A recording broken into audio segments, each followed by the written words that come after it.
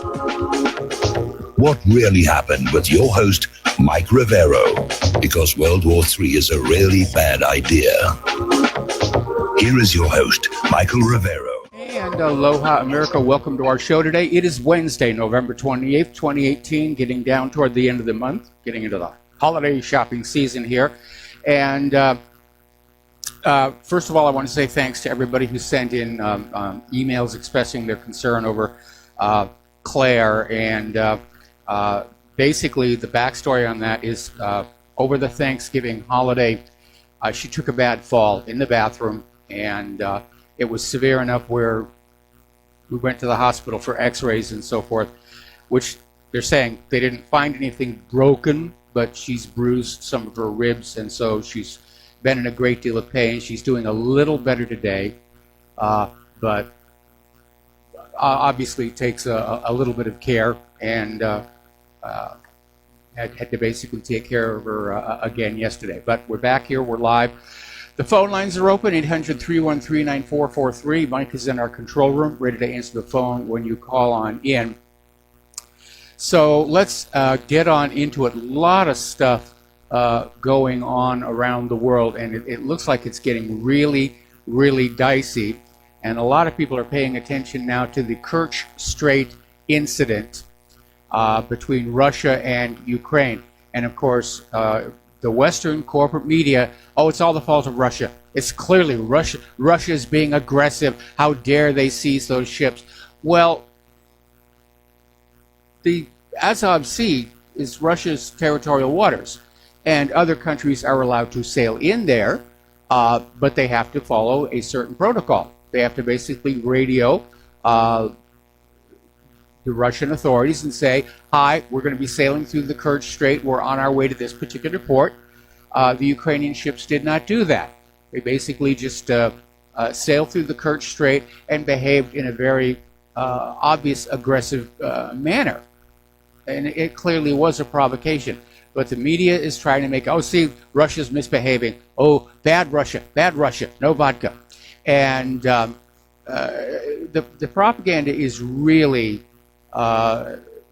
cranking up about this. So basically, there were these two gunboats and a tugboat, and the ships were seized by Russia due to the lack of a reply to a lawful demand to stop. So that's another thing that these Ukrainian ships did. When they were challenged by the Russian authorities, they refused to stop. They tried to evade. So everyone's talking about brink of war, brink of war, brink of war, brink of war.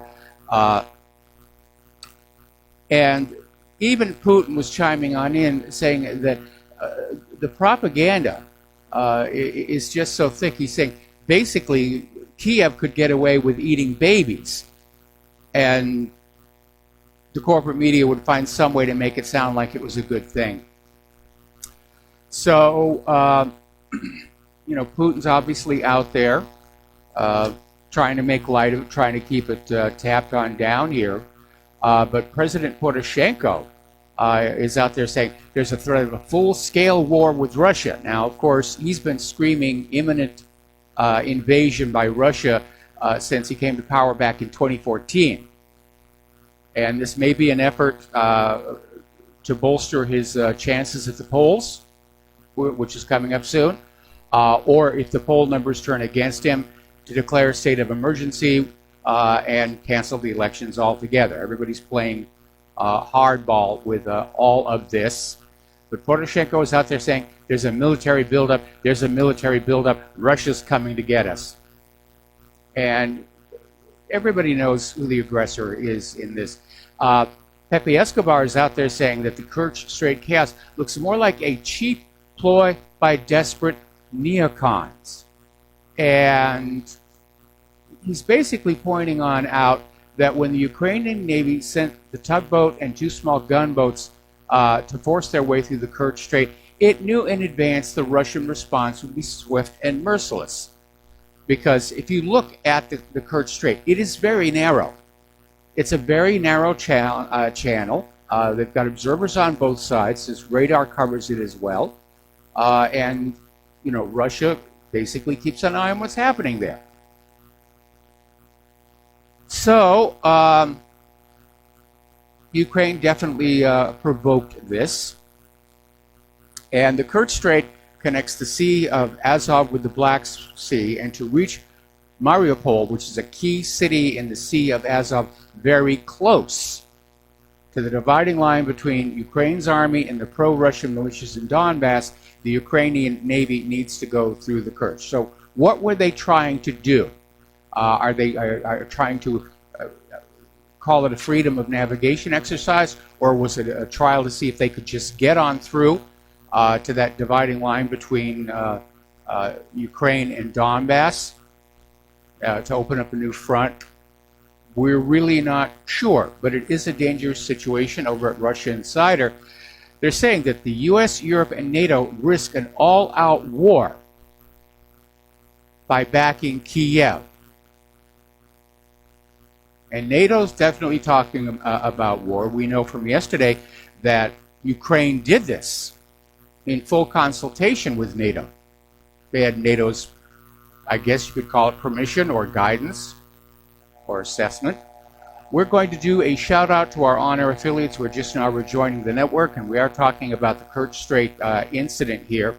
But you've got the US and the EU and NATO, they're out there screaming Russian aggression, Russian aggression.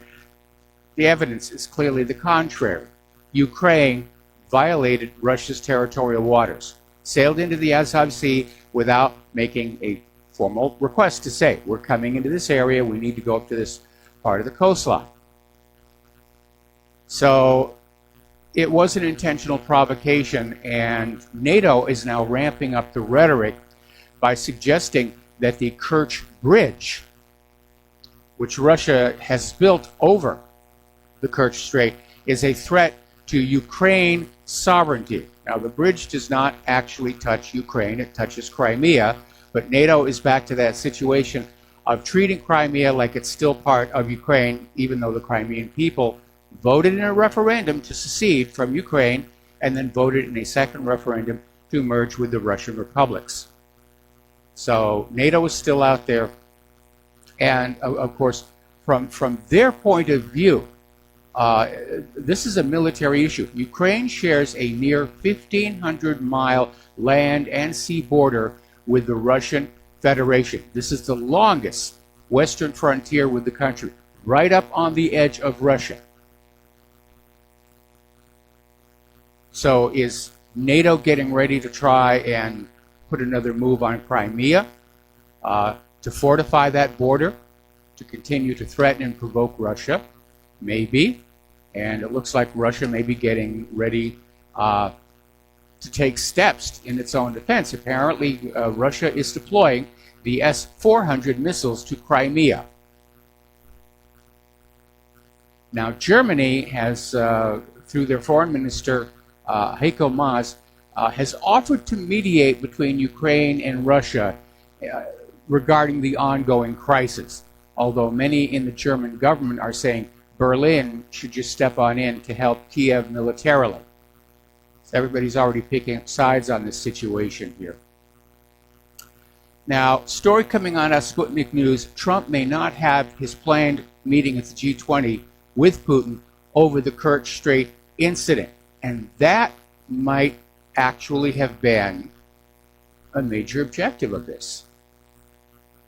And it wouldn't be the first time that a planned meeting between American and Russian heads of state were intentionally sabotaged.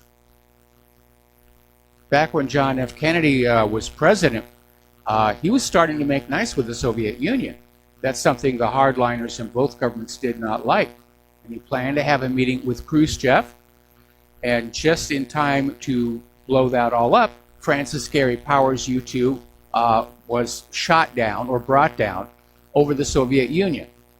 And it was used by the hardliners to say, see, you cannot trust the United States of America, and the deal was called off.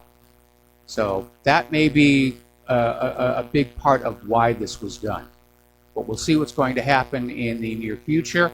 But again, everybody is trying to exploit the situation for their own agenda. Okay, now, getting on down to Syria, The U.S. military is now saying that they're unable to take out the remaining ISIS fighters in their last stronghold because they've tunneled in. They're hiding in tunnels. And the U.S. military says they think there are about 3,000 ISIS fighters, but again, they're underground. So this Army Colonel Sean Ryan, who's a spokesman for Operation Inherent Resolve, came out with an estimate of 2,000 ISIS fighters remaining in their last enclave in Syria. It says it's a rough number. It's not like they can watch through a satellite as they go in and out of a door and count them. But they are dispersed. They're spread out. Now, is the U.S. getting ready to say, okay, our Operation Inherent Resolve is over? Or are they laying a case for escalation of going on in to dig the ISIS fighters out of the tunnel, which is a very, very dangerous form of combat? Those of you who are old enough to remember Vietnam, the North Vietnamese built huge networks of tunnels, and cleaning them out was a very, very dangerous activity for U.S. forces. Now, as you know, the other day, there was a chemical weapon attack carried out in the Aleppo province by rebels linked to Al-Qaeda in the nearby Idlib province. And apparently this attack with chlorine gas left over 100 civilians hospitalized. Now, have you noticed how the corporate media and the White House haven't said anything about this? Oh boy, when it was something that could be blamed on Assad, though, that was a top story here. And now you have the rebels being caught carrying out these chemical weapons attacks, which are banned under international law. Yeah, no big deal. No big deal at all. So the Trump administration is mum on Syria.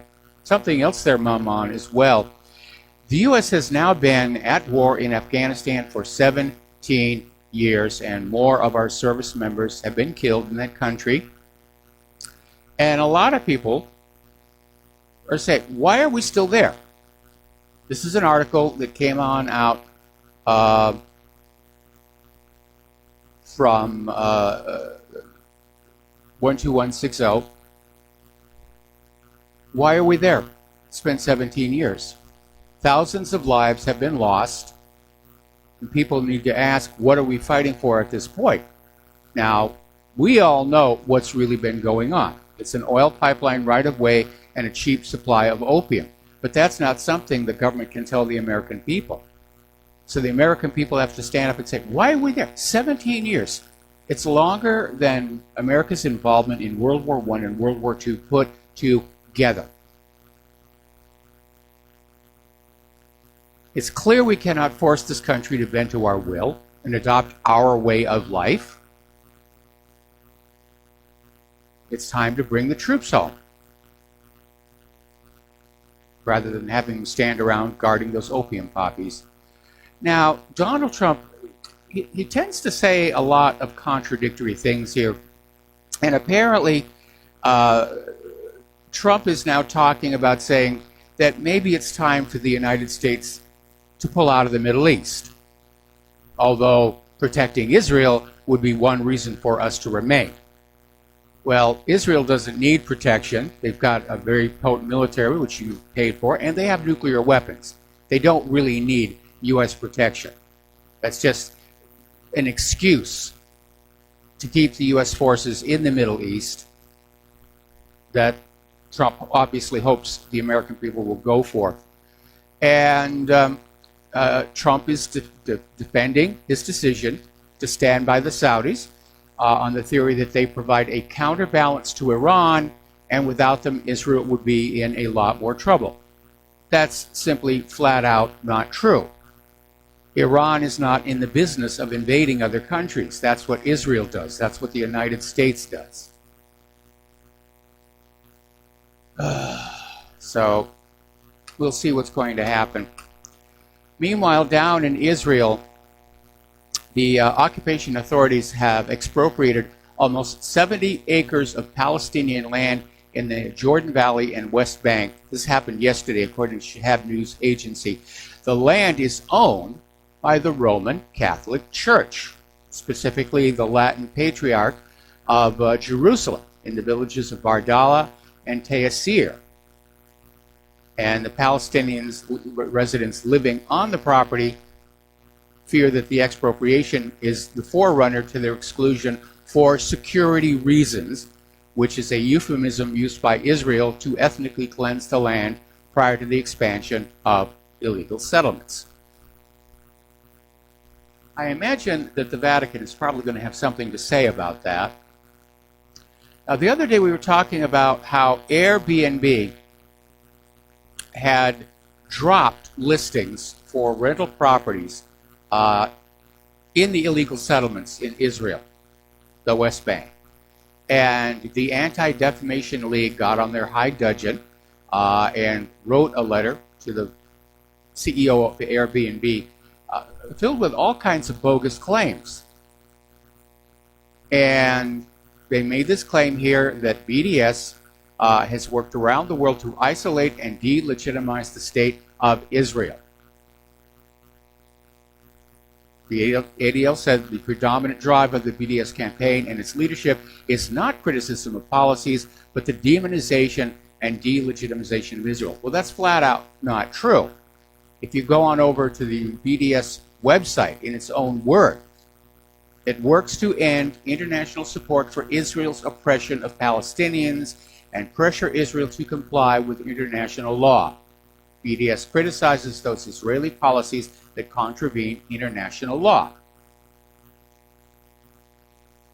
So ADL went on to say basically that BDS campaigns promote a biased and simplistic approach to the complex Israeli-Palestinian conflict and presents this dispute over territorial and nationalistic claims as the fault of only one party, Israel. Well, again, that's a little bit inaccurate. When Israel was created, both the United Nations and the government of Israel itself promised these people, the Palestinians, they were going to have a right of return, and it's been denied them. And Israel keeps on grabbing more and more of their land. It's building illegal settlements. And I could go on, and this whole letter is linked to the front of what really happened. But this letter is full of intentional, misleading statements to try and make it look like, Israel is a victim in all of this. Oh, poor Israel, poor us, those nasty Palestinians and BDS. They're trying to delegitimize Israel.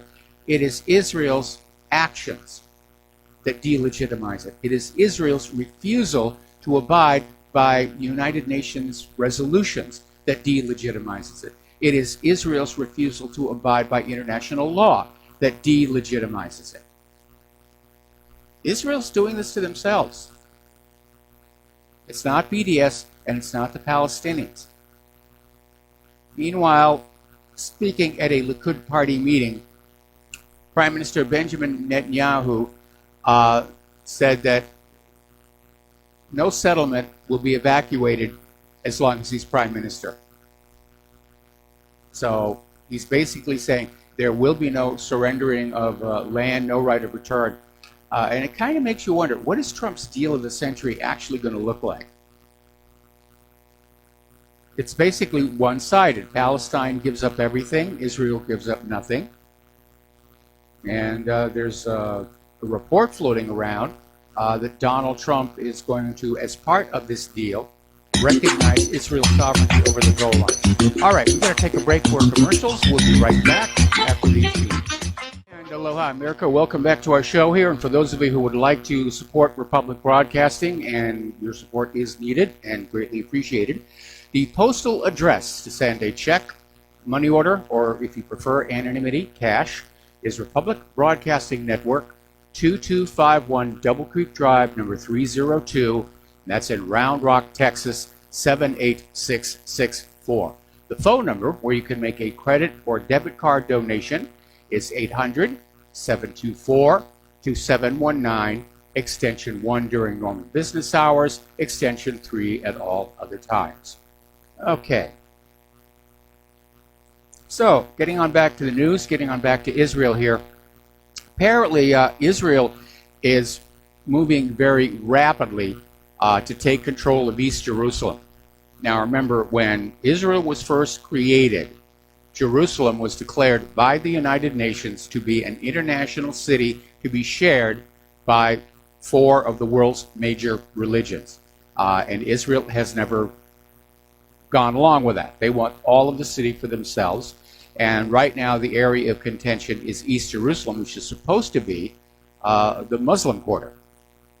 And they're basically trying to either buy up or expropriate the land. They're arresting the East Jerusalem officials. And apparently, on the 21st of this month, Israel's High Court gave the green light to evict 700 Palestinian residents of the Silwan neighborhood from land they've lived on for decades.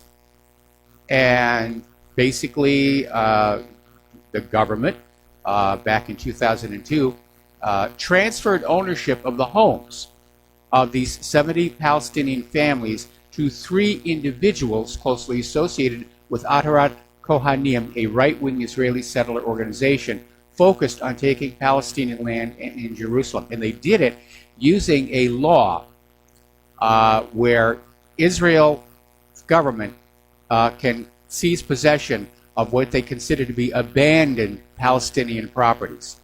Well, these properties weren't abandoned, but Israel's taken the position that the families living there can't document that they are the legal owners. So it's a land grab here.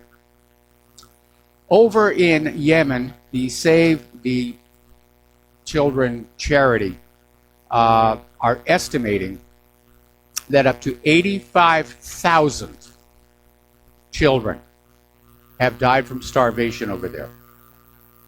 And it may be a conservative estimate. It's based on UN data. And the hunger has affected more than 1.3 million children. So there could actually be a lot more deaths out there. But that's what Save the Children is saying. It's 85,000. This war in Yemen is not a war. It is a massacre. It is a genocide, if you will. And it's just war crimes. Now, Yemen is the Arab world's poorest country, and for 4 years now, it's been ravaged by this bloody conflict between the Houthis and supporters of Yemen's internationally recognized government, meaning the imposed puppet regime.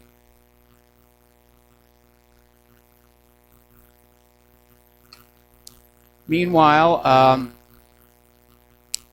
the Trump administration has apparently vetoed a United Nations Security Council resolution that was calling for a limited ceasefire in Yemen, increased humanitarian aid. The Trump administration has said they're concerned about angering Saudi Arabia and that the U.S. cannot support a resolution at the moment. Well, what's really going on here? This isn't about angering Saudi Arabia. I mean, Saudi Arabia, at least the Crown Prince ought to be feeling very grateful right about now. This is not Saudi Arabia's war. This is a U.S. proxy war. Saudi Arabia is doing the bidding of the United States. And the goal, again, is to slam down the people of Yemen and get them to accept this imposed government from outside. Puppet rule, foreign puppet rule, a junta. They call it an internationally recognized government. You know, governments basically are picked by the people who live in the country. Other nations don't get to come in and say, this is a good government and this is not a good government, and we're going to make you accept this government through military force. But that's what regime change is all about. Now, the U.S. went in and did a regime change on Yemen several years back, and the people of Yemen did not like living under foreign puppet rule. and they got together and they kicked the puppet government out. That's who the Houthis are, the people of Yemen who want to run their own country their own way.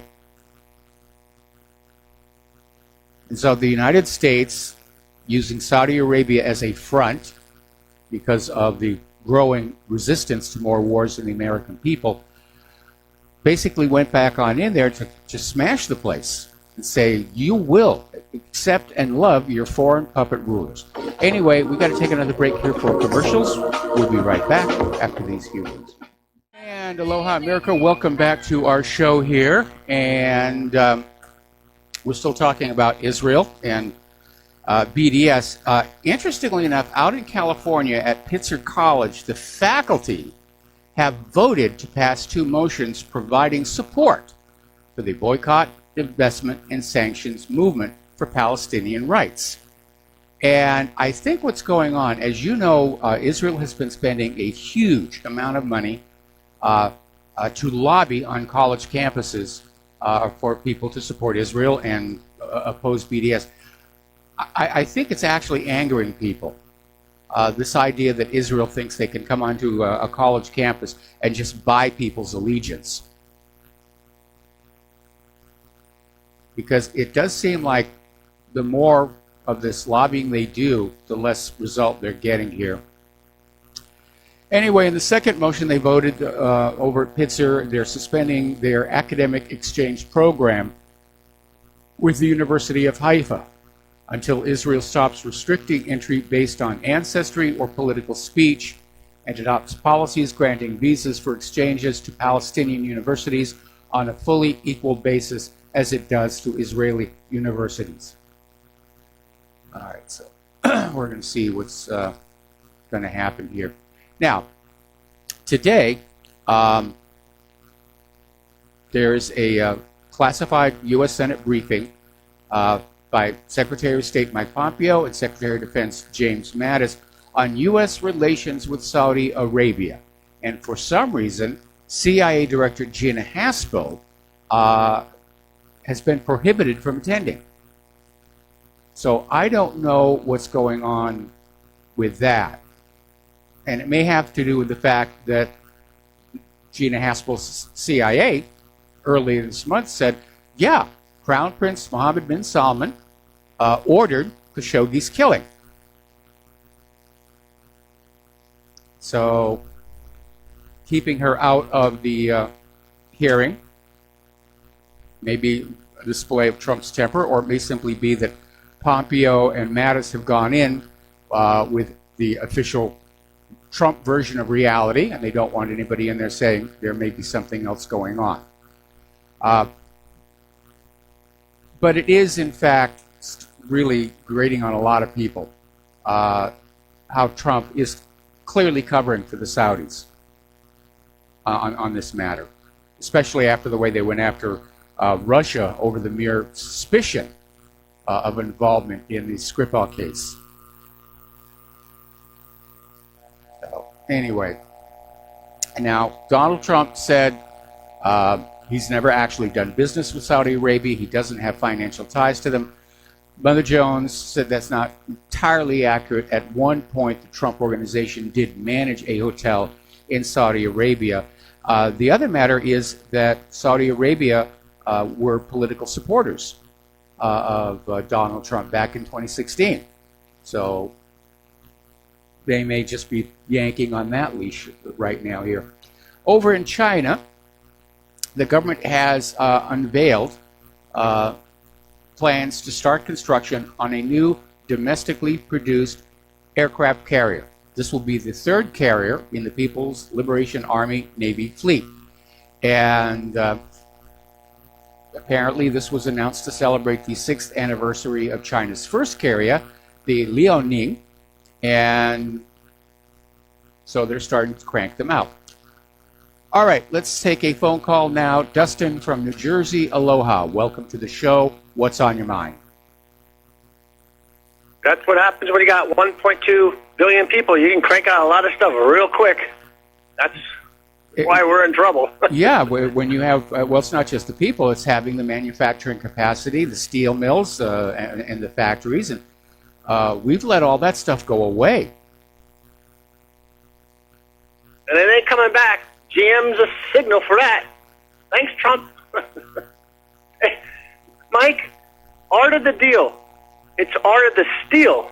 I'm not voting for Trump. I mean, I don't think he's even going to run again, according to Roger Stone, if you believe that. Roger Stone come out and says he's not going to run for re-election, which would mean, why do they just go after the deep state? Then, you know what I mean? Like, go all out. If you ain't going to run for re-election, it ain't going to matter, you know, if that's a true story.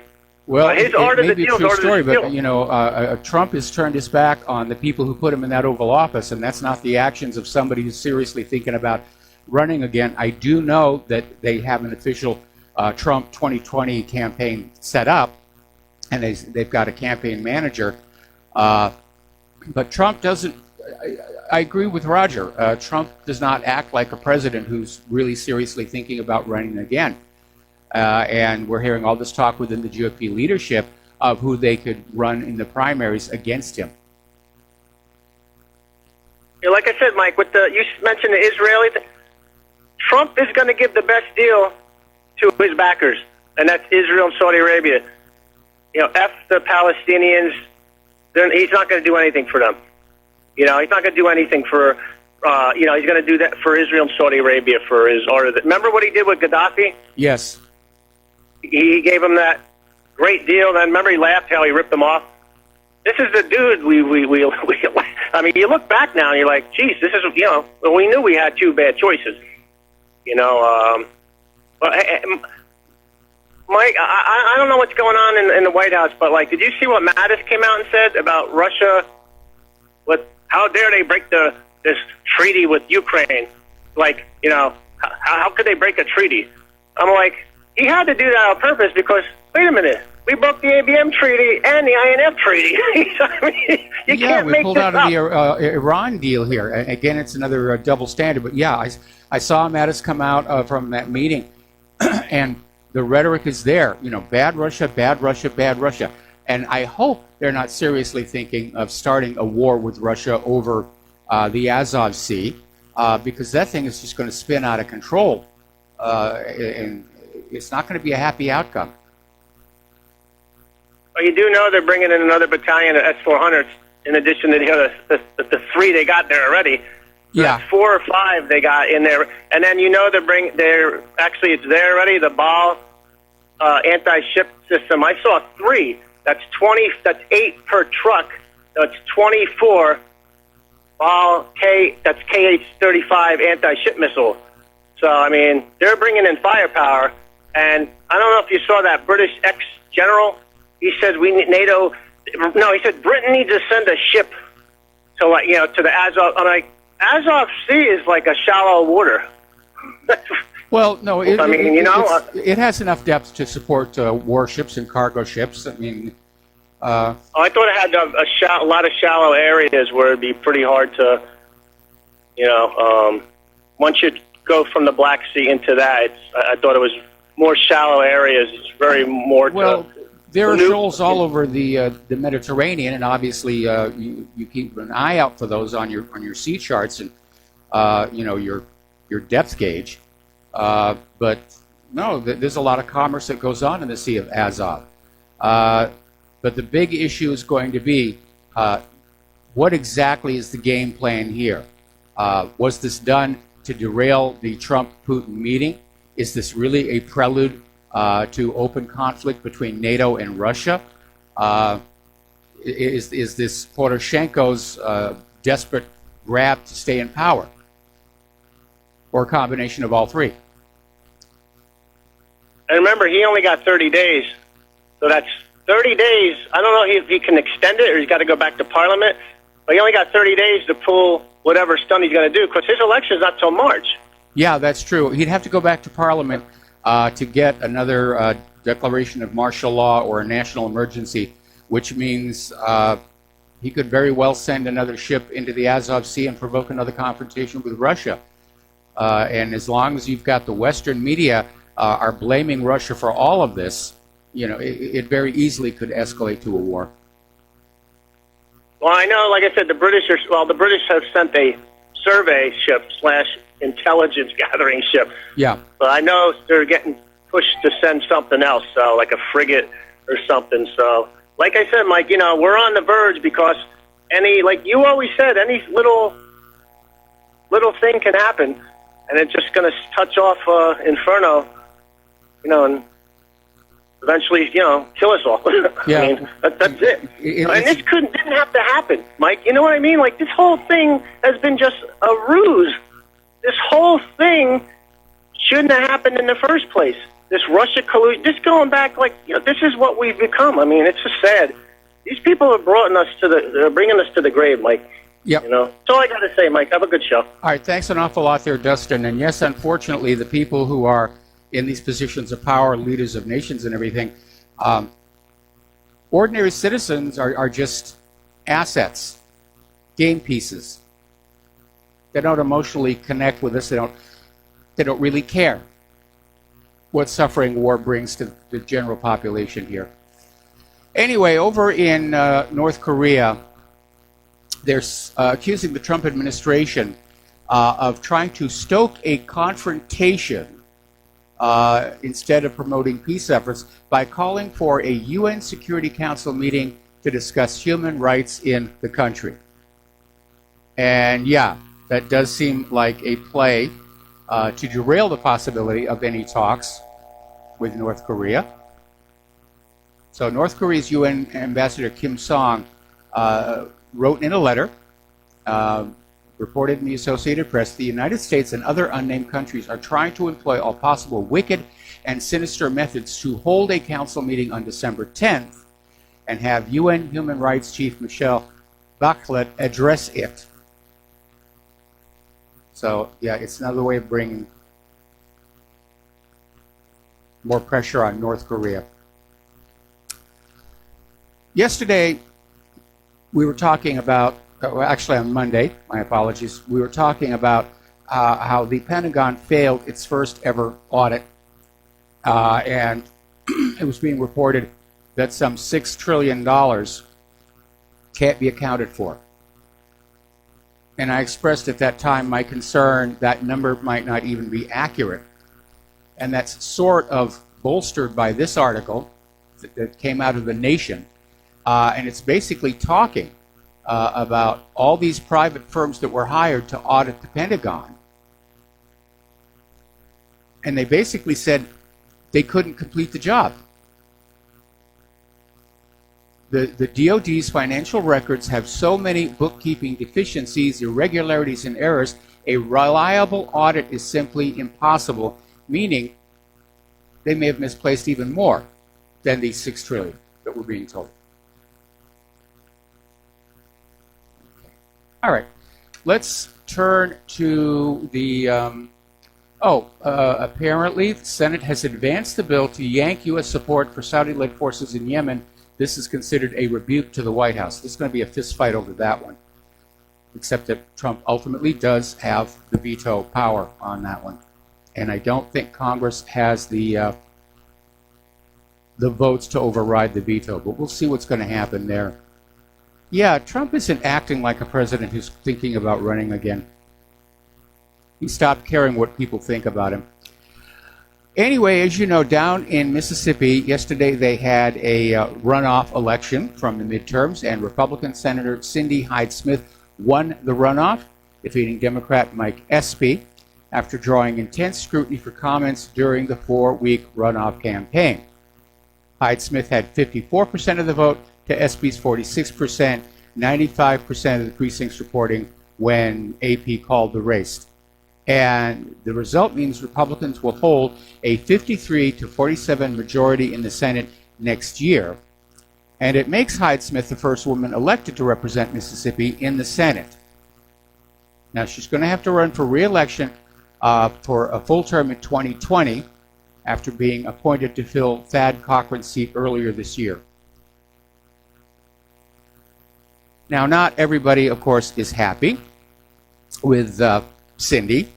And apparently over at CNN, one of their regulars, Tim Wise, went on a rant. Now, Wise is billed as an anti-racist activist, but he did not take the Democrats' loss last night very well, and he literally said on the air, the North should have burned the South to the ground. Now, another little aspect about this election was that a bunch of nooses were found hanging off trees near the Mississippi State Capitol. And, of course, everybody said, hate crime, you know, white supremacists, and so forth. Apparently, it turned out the nooses were put up by a Democratic group to send a message to Republican Senate candidate Cindy Hyde-Smith. You know, at that point, without the white bashing, the corporate media kind of dropped that story. Over at Judicial Watch, Tom Fitton is expressing concern over the fact that Maxine Waters is going to be the new chair of the House Financial Services Committee. And as you know, Judicial Watch has already filed an ethics complaint against Maxine for fomenting violence, encouraging her drones, if you will, to confront Trump cabinet people in public, which has actually happened. So Judicial Watch basically came out with this article saying that Maxine Waters has this long documented history of poor ethical and moral fitness. And apparently she has been caught using her office for financial gain for herself and her friends. And now she's going to be put in charge of the check register. And so Tom Fitton is saying that, yeah, this is not a good idea. It does seem, though, that we do have a lot of crooked people in government. It's how they got into government, it's how they stay in government. Anyway, we're off to the Bill and Hillary show. They launched their 13-city speaking tour up in Canada. They ranted on Donald Trump for being part of a Saudi cover-up, which I think is justified. As expected, most of the seats in the venue were empty. People are not buying these tickets. Okay, we're going to take another break here for commercials, and we'll be back after these few words. Aloha, America. Welcome back to our show here. And we're talking about the Bill and Hillary show. They started up in a Canadian hockey arena. And looking at the picture, lots of empty seats. Lots of empty seats. And we've been hearing a couple of weeks ago that the ticket sales have been lackluster, and there'd actually been talk of calling this whole thing off. But I guess Hillary wanted her little moment out there in the public limelight, which didn't really go so well because apparently she suffered one of her famous massive coughing fits up there on the stage. So anyway, story just now coming on in from the Political Insider. Apparently, President Trump, in an interview with the New York Post, has said he's open to the possibility of issuing a presidential pardon to Paul Manafort, his former presidential campaign manager. Now, Manafort, of course, is in prison after being found guilty on multiple financial crimes. He reached a plea deal earlier this year with Robert Mueller, the special counsel investigating possible collusion between the Trump campaign and the Russian government, or the lack thereof, as it were. But Mueller's probably not going to be very happy with that one. This story kind of leapt out at me, and the reason it did is keep on. Can't we find better people than this to be in the government? And this is a story that came on out from governmentslaves.info, and apparently there was this communications director for the Arkansas Democratic Party who has now been fired and arrested from his job as special events coordinator for Pulaski County Youth Services. Apparently they caught him distributing child pornography, and apparently he was smoking meth out of a glass meth pipe while at work, during work hours. And apparently he got caught in this undercover sting where there was this video conferencing software that apparently is favored by pervs. And so they caught this guy. This is a communications director for the Arkansas Democratic Party. Democrats can pick some real winners here. Anyway, as you know, one of the big issues that is still sort of festering in the background is Obamagate. And on Monday I was making the comment that the more we dig into it, the more and more Obamagate is a justifiable label, because it is looking like Watergate. And there's a fight brewing over the declassification of all these visa documents. And basically, well, we're going to take a break for station identification. We'll come back to the story after these few words. Aloha, America. Welcome back to our show here, hour number 2. The phone lines are open, 800-313-9443. So we're talking about this story where Obamagate, which is on a back burner, at least as far as the corporate media is concerned, there's this argument over the declassification of these FISA warrants, or the paperwork that led to the FISA warrants. Interestingly enough, the Australian government, British intelligence, have waded on into this argument, and they don't want Trump to declassify the Obamagate documents because they were part of that spy network that was being set up by Obama, and they don't want that to come on out. So apparently MI6 chiefs are secretly battling Donald Trump to stop him from publishing this classified information linked to the Russian election meddling investigation. And this was a story on the Sydney Morning Herald last week. Now, the British intelligence chiefs are falling back on the old standby. If this stuff is declassified, sources will be exposed, methods will be known. They just don't want to be publicly exposed as having gotten in on this operation to spy for political gain, which is exactly what it was. Now, Trump, on the other hand, is not letting this go away. And I can imagine that if it were up to him, he would declassify those documents. But apparently, in an audio recording obtained by Daily Mail, President Trump told Corey Lewandowski and David Bossie in an interview, if the shoe were on the other foot and the same thing happened to him, meaning Obama, it would be treason. And the president says that he, as far as he is concerned, he believes Obama knew the then CIA chief and director of national intelligence was spying on members of his campaign. It is Richard Nixon and Watergate all over again. Apparently, Lewandowski and Bossie are in the process of writing a new book, Trump's Enemies and How the Deep State is Undermining the Presidency. That'll be an interesting one to see when it comes on out. And apparently, the authors claim to have documents on the FBI's Crossfire Hurricane investigation on meetings between the FBI and top executive branch members. Everybody's spying on everybody. They're even spying on themselves over there. So, they're hoping to document the fact that this did go all the way up to Obama. And it's Watergate all over again here. Where's the Washington Post when you really need it?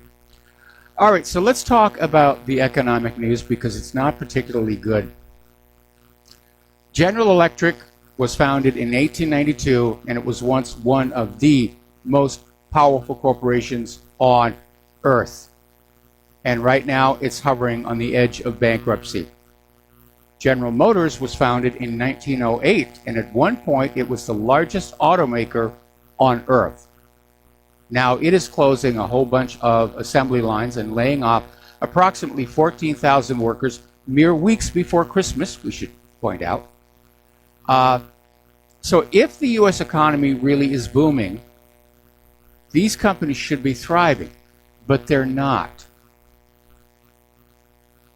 What's going on at General Motors and General Electric, retail in general, the U.S. economy is heading into a rough spot.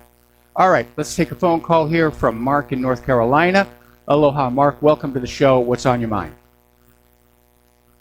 Hey, Mike. First of all, about General Motors, what they need to do is, if I was president, I'd put a 25% tax on any General Motor car now coming into the United States from outside. I wouldn't necessarily put tariffs on Toyota and Hyundai and all that because they manufacture cars in this country too. The other thing is, I don't know if you heard today. I don't know if you've covered because I just turned you on a few minutes ago. Yeah. Made a statement, I believe, to the Washington Post, but this was another newspapers too, in which he said, he said, we're in the Middle East to protect Israel. Yeah. We don't need the oil anymore because we're self-sufficient.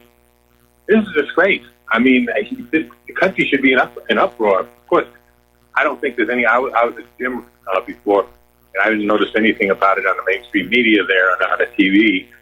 So they're probably trying to keep it hush-hush.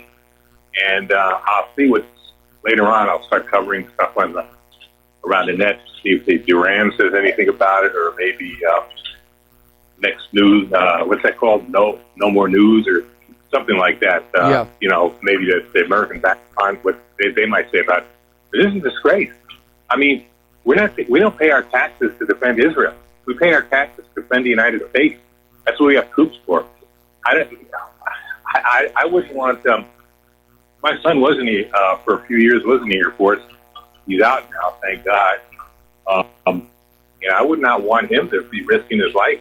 Just like when I was in the Army, I wouldn't want to be risking my life for another country that has nothing really that doesn't do anything for us, other than suck off our, I don't want to use bad words. It just sucks off of us, Yeah. Well, they do. They don't really serve much of a purpose. Israel does not need the United States to defend itself. Okay. They have a very potent military, which you all paid for. They've got nuclear weapons, and everybody knows it.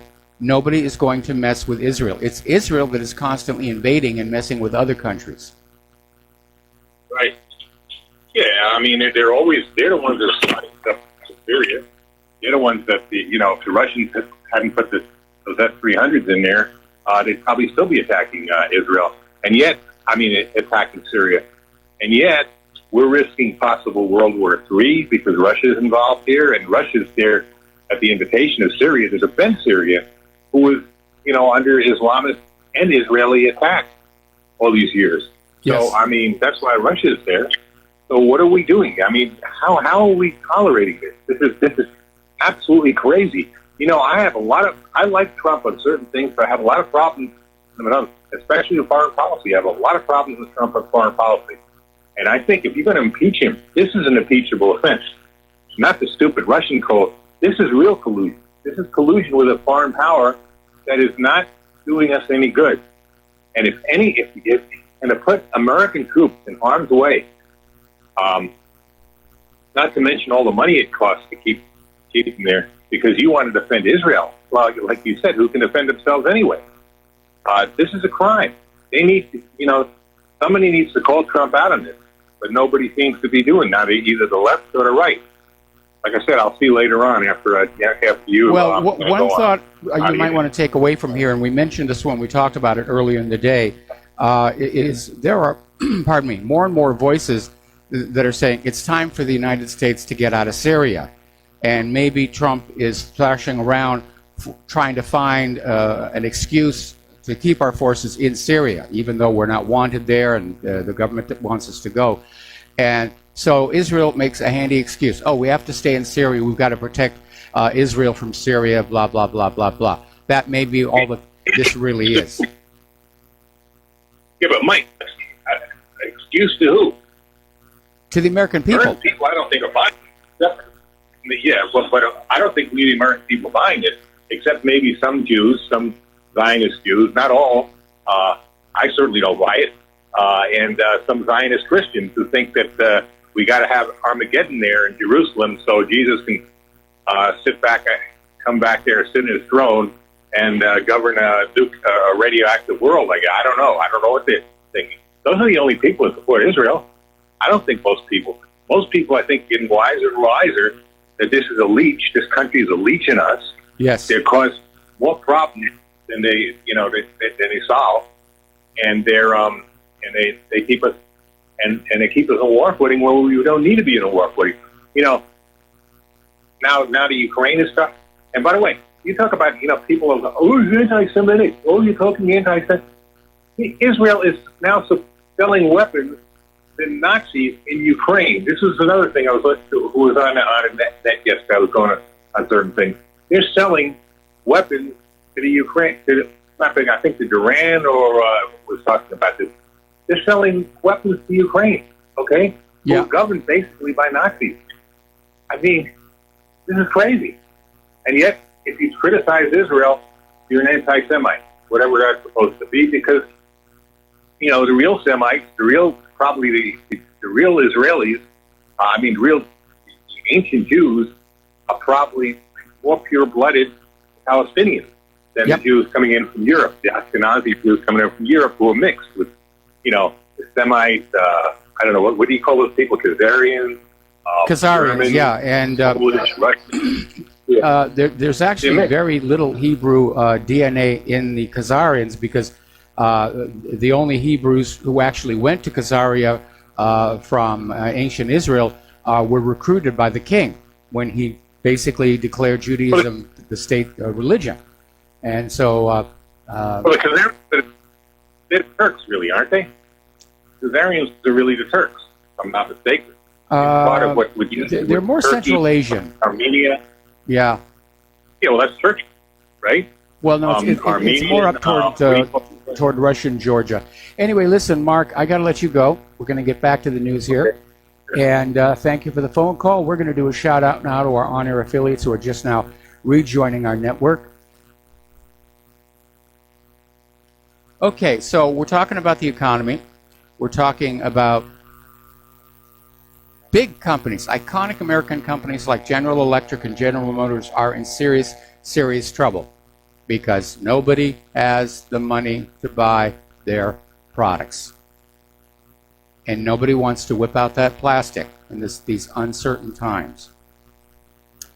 So President Trump, of course, is very angry with General Motors because it was basically a year ago when Trump assured America that the tax cuts meant that companies like General Motors would be able to bring back the jobs.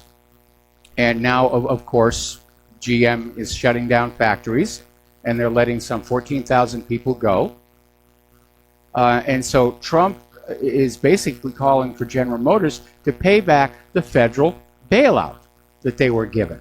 $11.2 billion was given to General Motors. And Trump is also threatening to cut all the electric vehicle subsidies. But Donald, that $11.2 billion, that's not coming back. That's a write-off right there. That money is gone. It's already been spent. And if GM had $11.2 billion to return to you, they wouldn't be on the edge of bankruptcy. They wouldn't have to let all these people go. Anyway, as you know, we're coming up here on the G20 talks down in Buenos Aires. And everybody's getting ready to talk or not talk.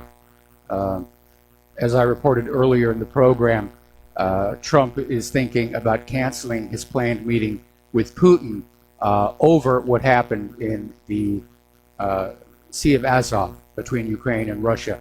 And again, could have been that was what this was all about, getting Trump to stop talking nice to Russia. Meanwhile, China's ambassador was meeting with Trump's chief economic advisor, Larry Kudlow. And apparently, Kudlow came on out and said there's really no progress. You know, they're having pre-G20 talks right now, and they haven't yielded any progress. And unless something changes, the administration will move ahead with the next phase of tariffs. And Kudlow came on out and said things have been moving very slowly between the two countries, saying it's up to China to come up with new ideas to break the deadlock. And apparently Kudlow was echoing a report from the U.S. Trade Representative saying there hasn't been much of a change in China's approach. So it's stalemated, and all these people who are being economically harmed by this tariff war will go on being economically harmed. Now, this article coming out of Investment Watch blog is basically China is issuing a warning that a U.S. trade war, which is what this is turning into, could escalate into a Great Depression and possibly a world war. And they're saying there will be a showdown at the G20. Going to be a lot of fireworks down there. Now, the only good news is that right now, Donald Trump and Xi Jinping are scheduled to meet for a dinner meeting this coming Saturday. And hopefully, there might be the possibility of a breakthrough there. But it's going to be very, very tricky. I mean, Trump wants a breakthrough, but he's threatening more tariffs. China is looking at Trump's recent behavior and realizing that he's not necessarily a man of his word. And that's going to make things a little bit trickier as well. Vladimir Putin, as part of his run-up to going to the G20, responded to a comment from the U.S. administration about how, you know, Russia's trying to ditch the dollar. And Putin came on out and, according to Bloomberg, said, no, what's going on is we're not ditching the dollar. The dollar is ditching us. Because of all these punitive sanctions, it's just easier to go use other currencies, which, by the way, is what I said was going to happen when this whole sanctions and tariffs nonsense got going. That the United States was isolating itself politically and economically from the rest of the world.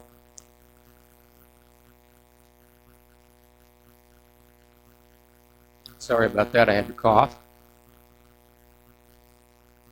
So that's what's going on over here.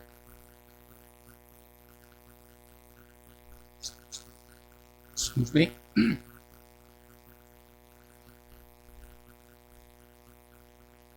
Sorry about that.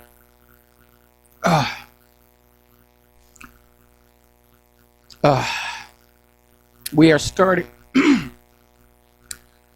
to see all over the world a slowdown in real estate sales. New housing is down. Pre-owned housing is down. Rentals are down. We're seeing it in the United States. We're seeing it in Canada. We're seeing it in Australia. We're seeing it in Great Britain. It is global.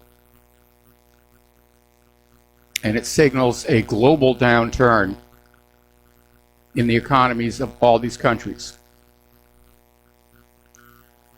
Over at the New York Times, even Paul Krugman is saying that this next crisis will be worse than 2008.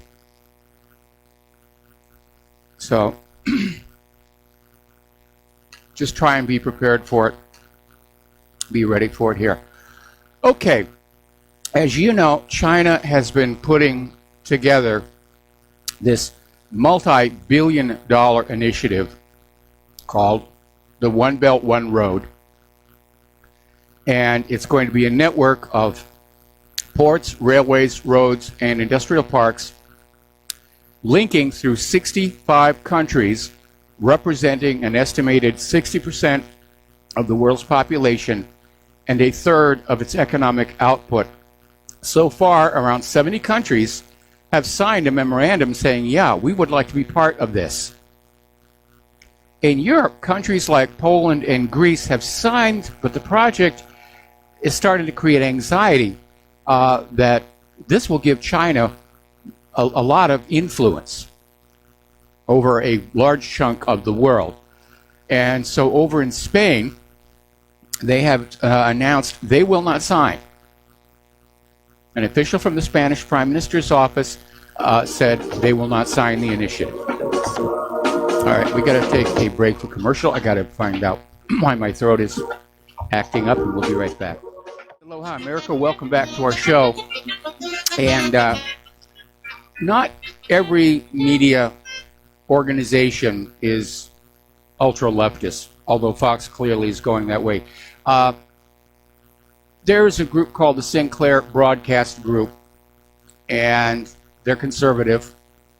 And apparently they issued instructions to over 100 of their TV stations to air a segment that basically defended the use of the tear gas on the migrants at the border. And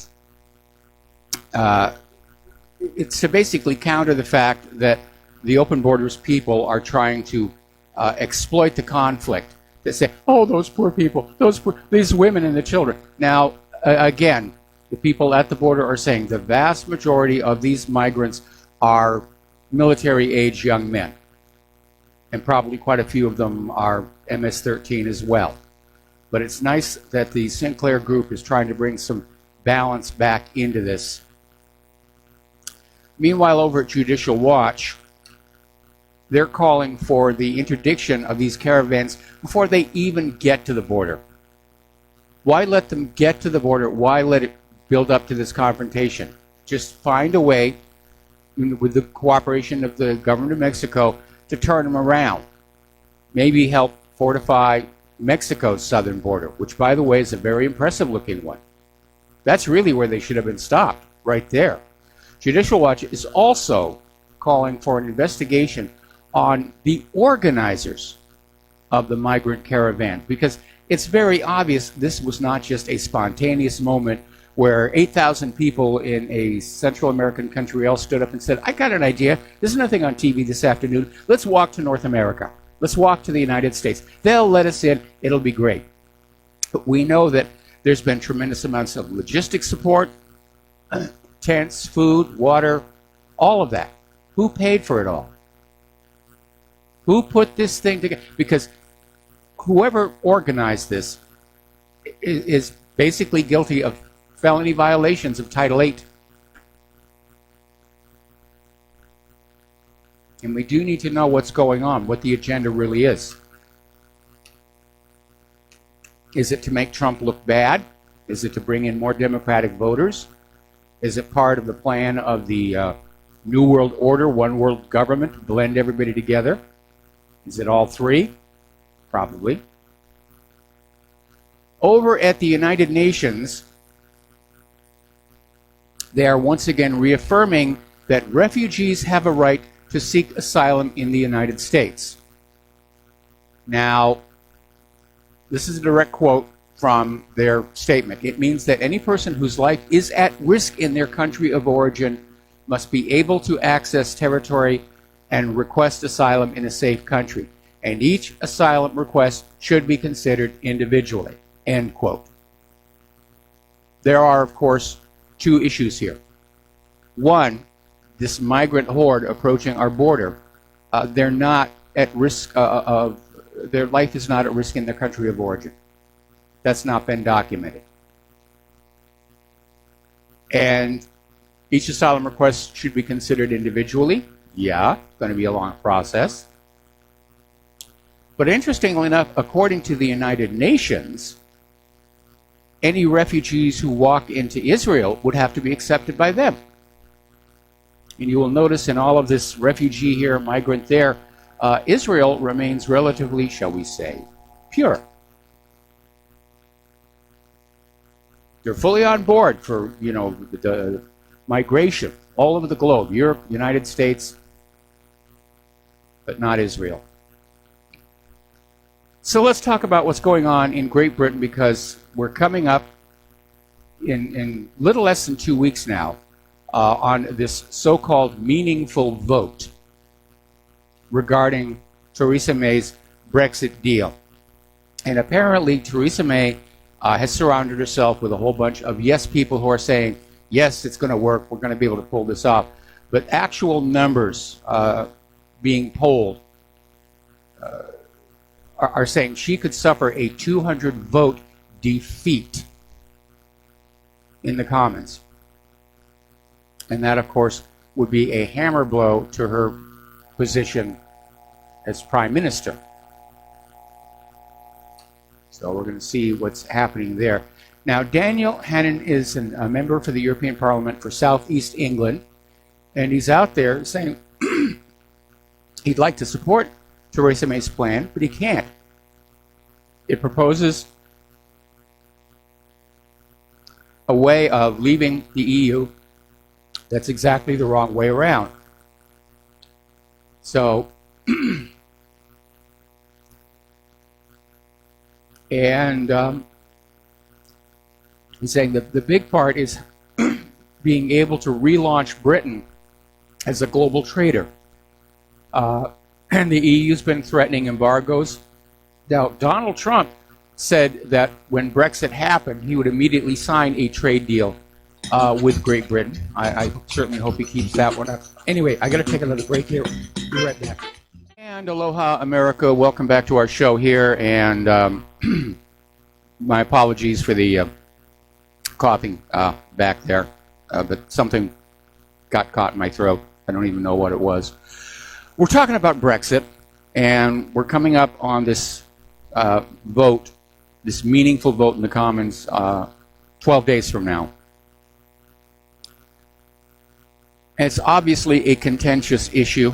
The Remainers have been trying to find some way to sabotage this deal and undermine the will of the British voters, and that could be a very dangerous thing, because if you look at the way people in a lot of countries right now are protesting and rioting, the whole world is on edge.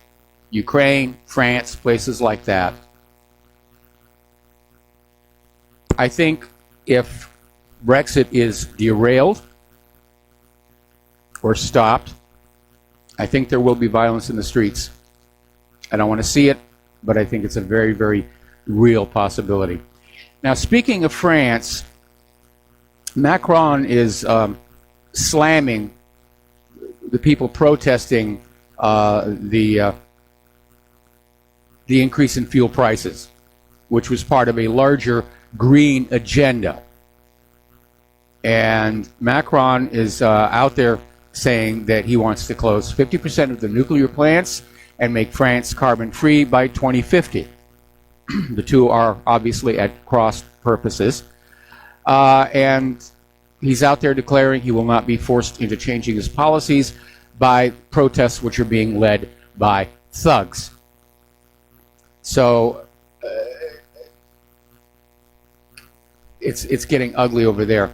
Now, part of the problem here is there has been a strike against the French oil refinery.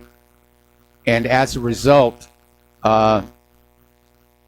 diesel is now in short supply, not just in France, all over Europe. And this refinery is the biggest one in France. So they're just closing it down. So anyway. All right.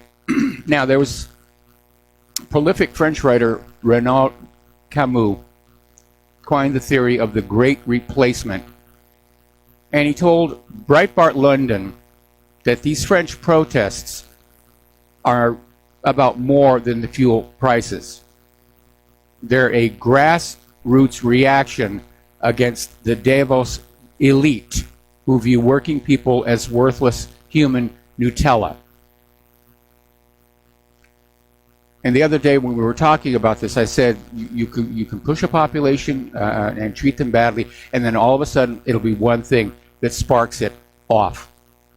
And apparently the French people have been getting the impression that their government doesn't see them as people, doesn't respect them as human beings. We have a lot of that here as well. And, pardon me.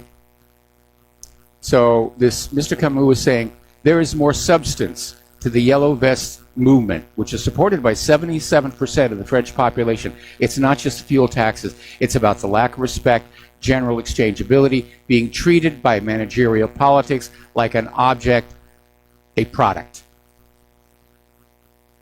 So there we are. Now, Emmanuel Macron himself wanted to be a player on the world stage and was out there grandstanding a lot, but these protests are working against him. They're showing the world that France isn't a well-managed country.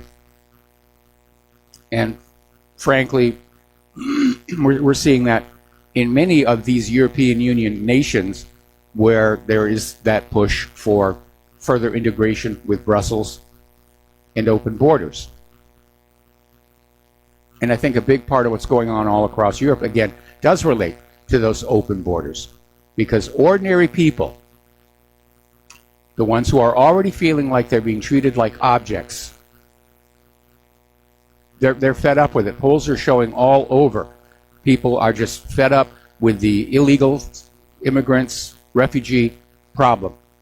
And they resent being forced further and further down that way. Now, Donald Trump has done something that I find to be absolutely appalling, and I'm trying to figure out what he ultimately is going to do with this. And I have a theory. Trump is trying to abrogate long-standing legal international treaties signed by previous U.S. presidents with sovereign Native American tribes. In other words, he's trying to take away their sovereignty. Now, the Trump administration is using a requirement that Medicaid recipients work in return for health benefits to deny American Native tribes the right to govern themselves as sovereign entities.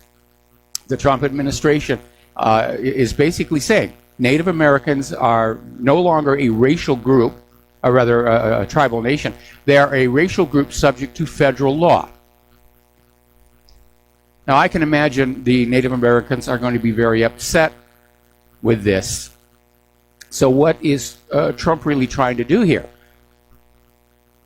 Well, if Trump is able to actually get withdrawal of their sovereignty through the Supreme Court, it means the land is now available for development and appropriation.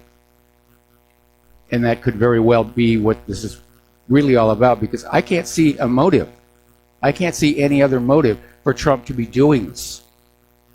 No other American president has ever tried to revoke the sovereign independence of the Native American tribes. So, I don't know, it's another example of Trump just pulling out of deals and agreements and treaties. That's bad stuff. All right, let's get into some stuff a little bit lighter here. Apparently, Apple is slashing iPhone orders for the second time because sales are stalling. And apparently, demand for the iPhones is worse than previously thought.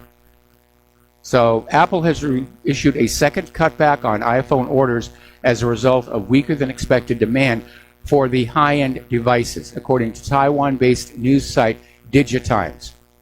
And that follows early reports of production cuts for the iPhone XR and XS. Now, the XR is the so-called low-end phone, and they're already cutting the price on that. It's too expensive. This economy cannot support something that expensive as a phone.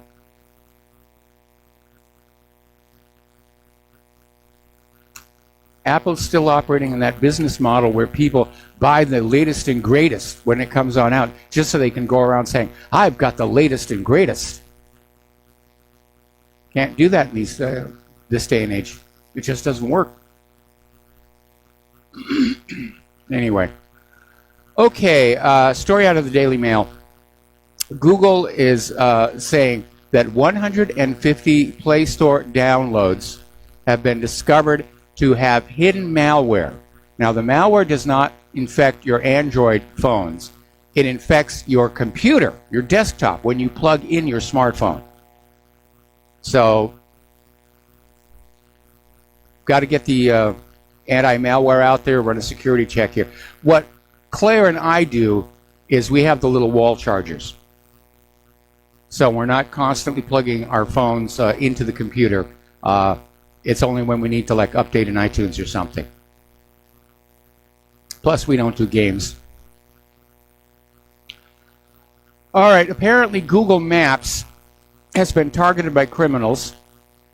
And as you know, one of the things that Google Maps and these other websites that provide these services do, you can search for something. You can look for something like auto repair.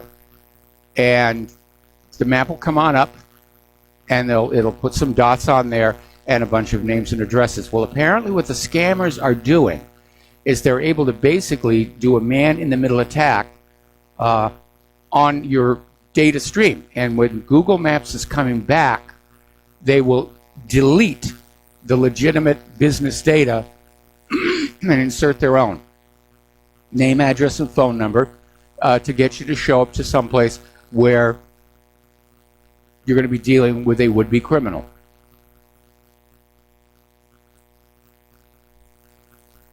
Okay. Apparently there was a little bit of an upset yesterday at Walter Reed National Military Medical Center where there was an active shooter alert.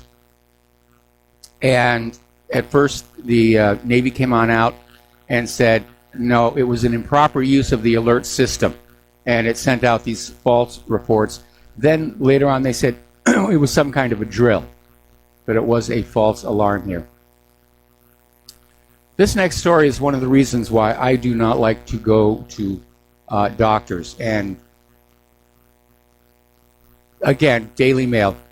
Johnson & Johnson knowingly sold a faulty vaginal mesh implant that left tens of thousands of women in agony. And there's this new report that has come on out, and it basically involves leaked emails, internal emails, from Johnson & Johnson. And they reveal executives at the company had been briefed. The product has flaws. It won't keep its flexibility. It can get extremely rigid. It can inflict serious pain and would be near impossible to remove. So this product was launched back in 2004, and a number of the staff tried to warn management, this is not a good product. And Johnson & Johnson management launched it, promoted it, and over the next 7 years, tens of thousands of women unwittingly followed their doctor's advice to undergo the operation that would change their lives. Now, it's one thing to have an accident, to say, oh, we should have looked closer, we should. These people knew this product was going to cause pain.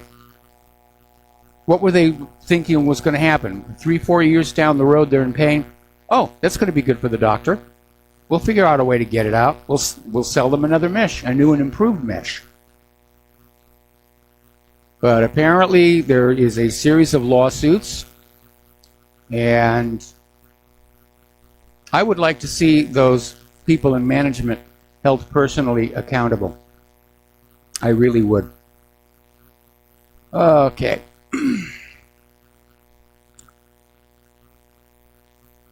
The United Nations is still out there, along with saying refugees have a right to come into your home. They're still out there pushing climate change.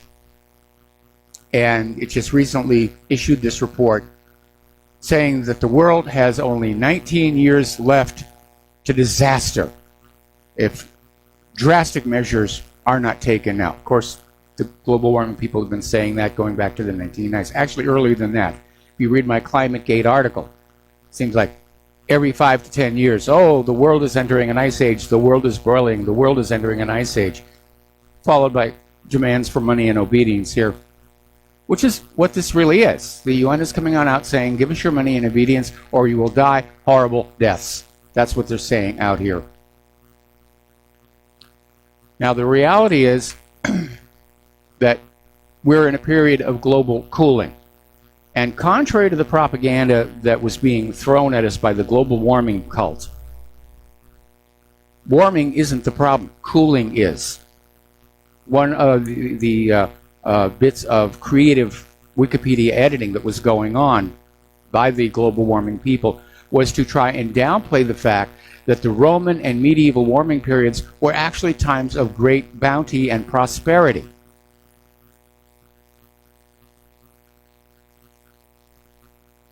So, story that came out of Lou Rockwell, basically saying, yeah, there's going to be cooling for a while now, and it could trigger famine. So, anyway, apparently they have a problem up on the International Space Station. Because apparently scientists have discovered 5 different varieties of Enterobacter, which is a bacteria, were found in the space station's toilet and exercise area. Now, obviously, they rode up to the space station with the various crews here. But the interesting thing is that these bacteria really like being in space. And that they're apparently mutating. And scientists are concerned about, could they mutate into a dangerous form? So they're going to have to be taking a look at that here. Okay. Now, as you know, last week, well, actually, yeah, over the weekend, NASA landed a new spacecraft on the planet Mars.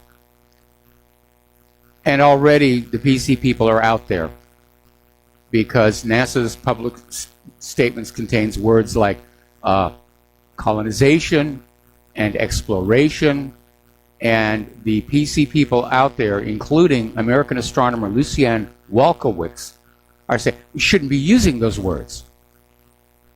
Those are not good words. They're not politically correct right now. How about looking at the data? That's what you sent the thing there for. So apparently there are PC people out there who are saying there are certain words you may not use when you're talking about space exploration. Like colonizing, settlement, frontier, exploring. Well, what do you call it when you go on out there in space? What would you call it? What PC word would you choose?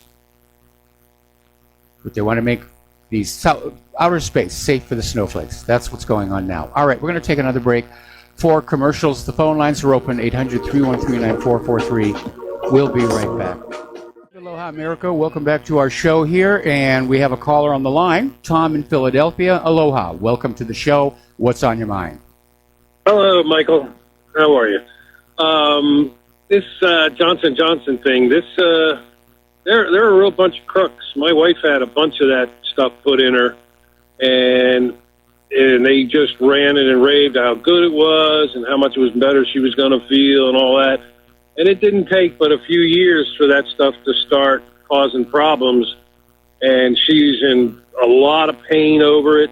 So we went and saw some other doctors, got a hold of the attorneys that were handling the suits, and all they do is they give you a certain amount for, like, I guess, for pain and suffering and false advertising, whatever.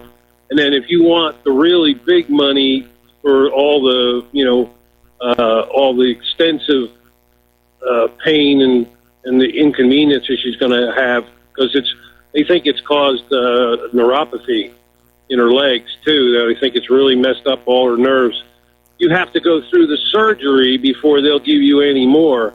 And the surgery, the doctors are recommending that she just grin and bear it because the surgery could be worse than leaving it in. And some of the examinations they did, this looks like the stuff disintegrated and just spreading around her body internally.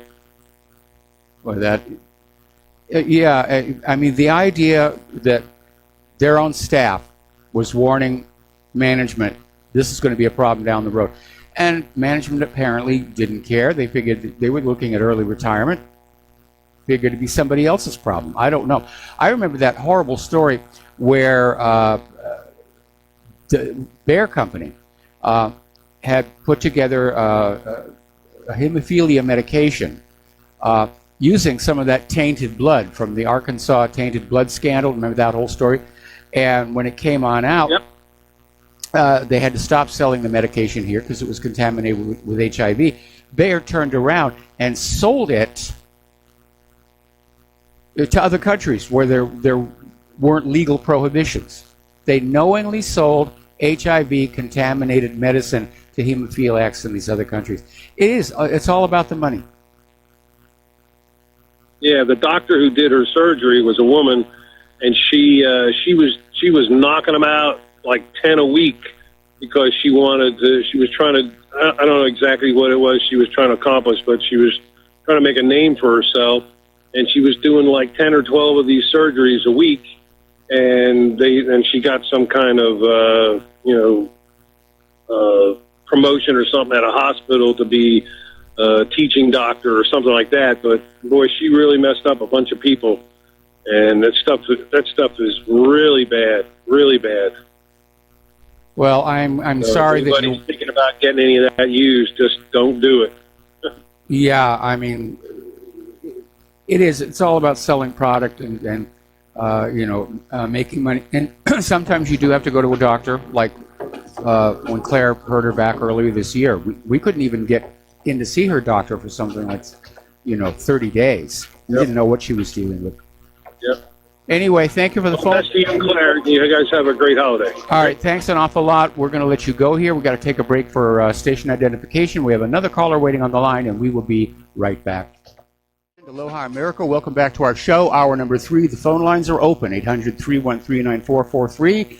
And we're going to take a phone call now from Glenn in Philadelphia. Aloha, Glenn. Welcome to the show. What's on your mind?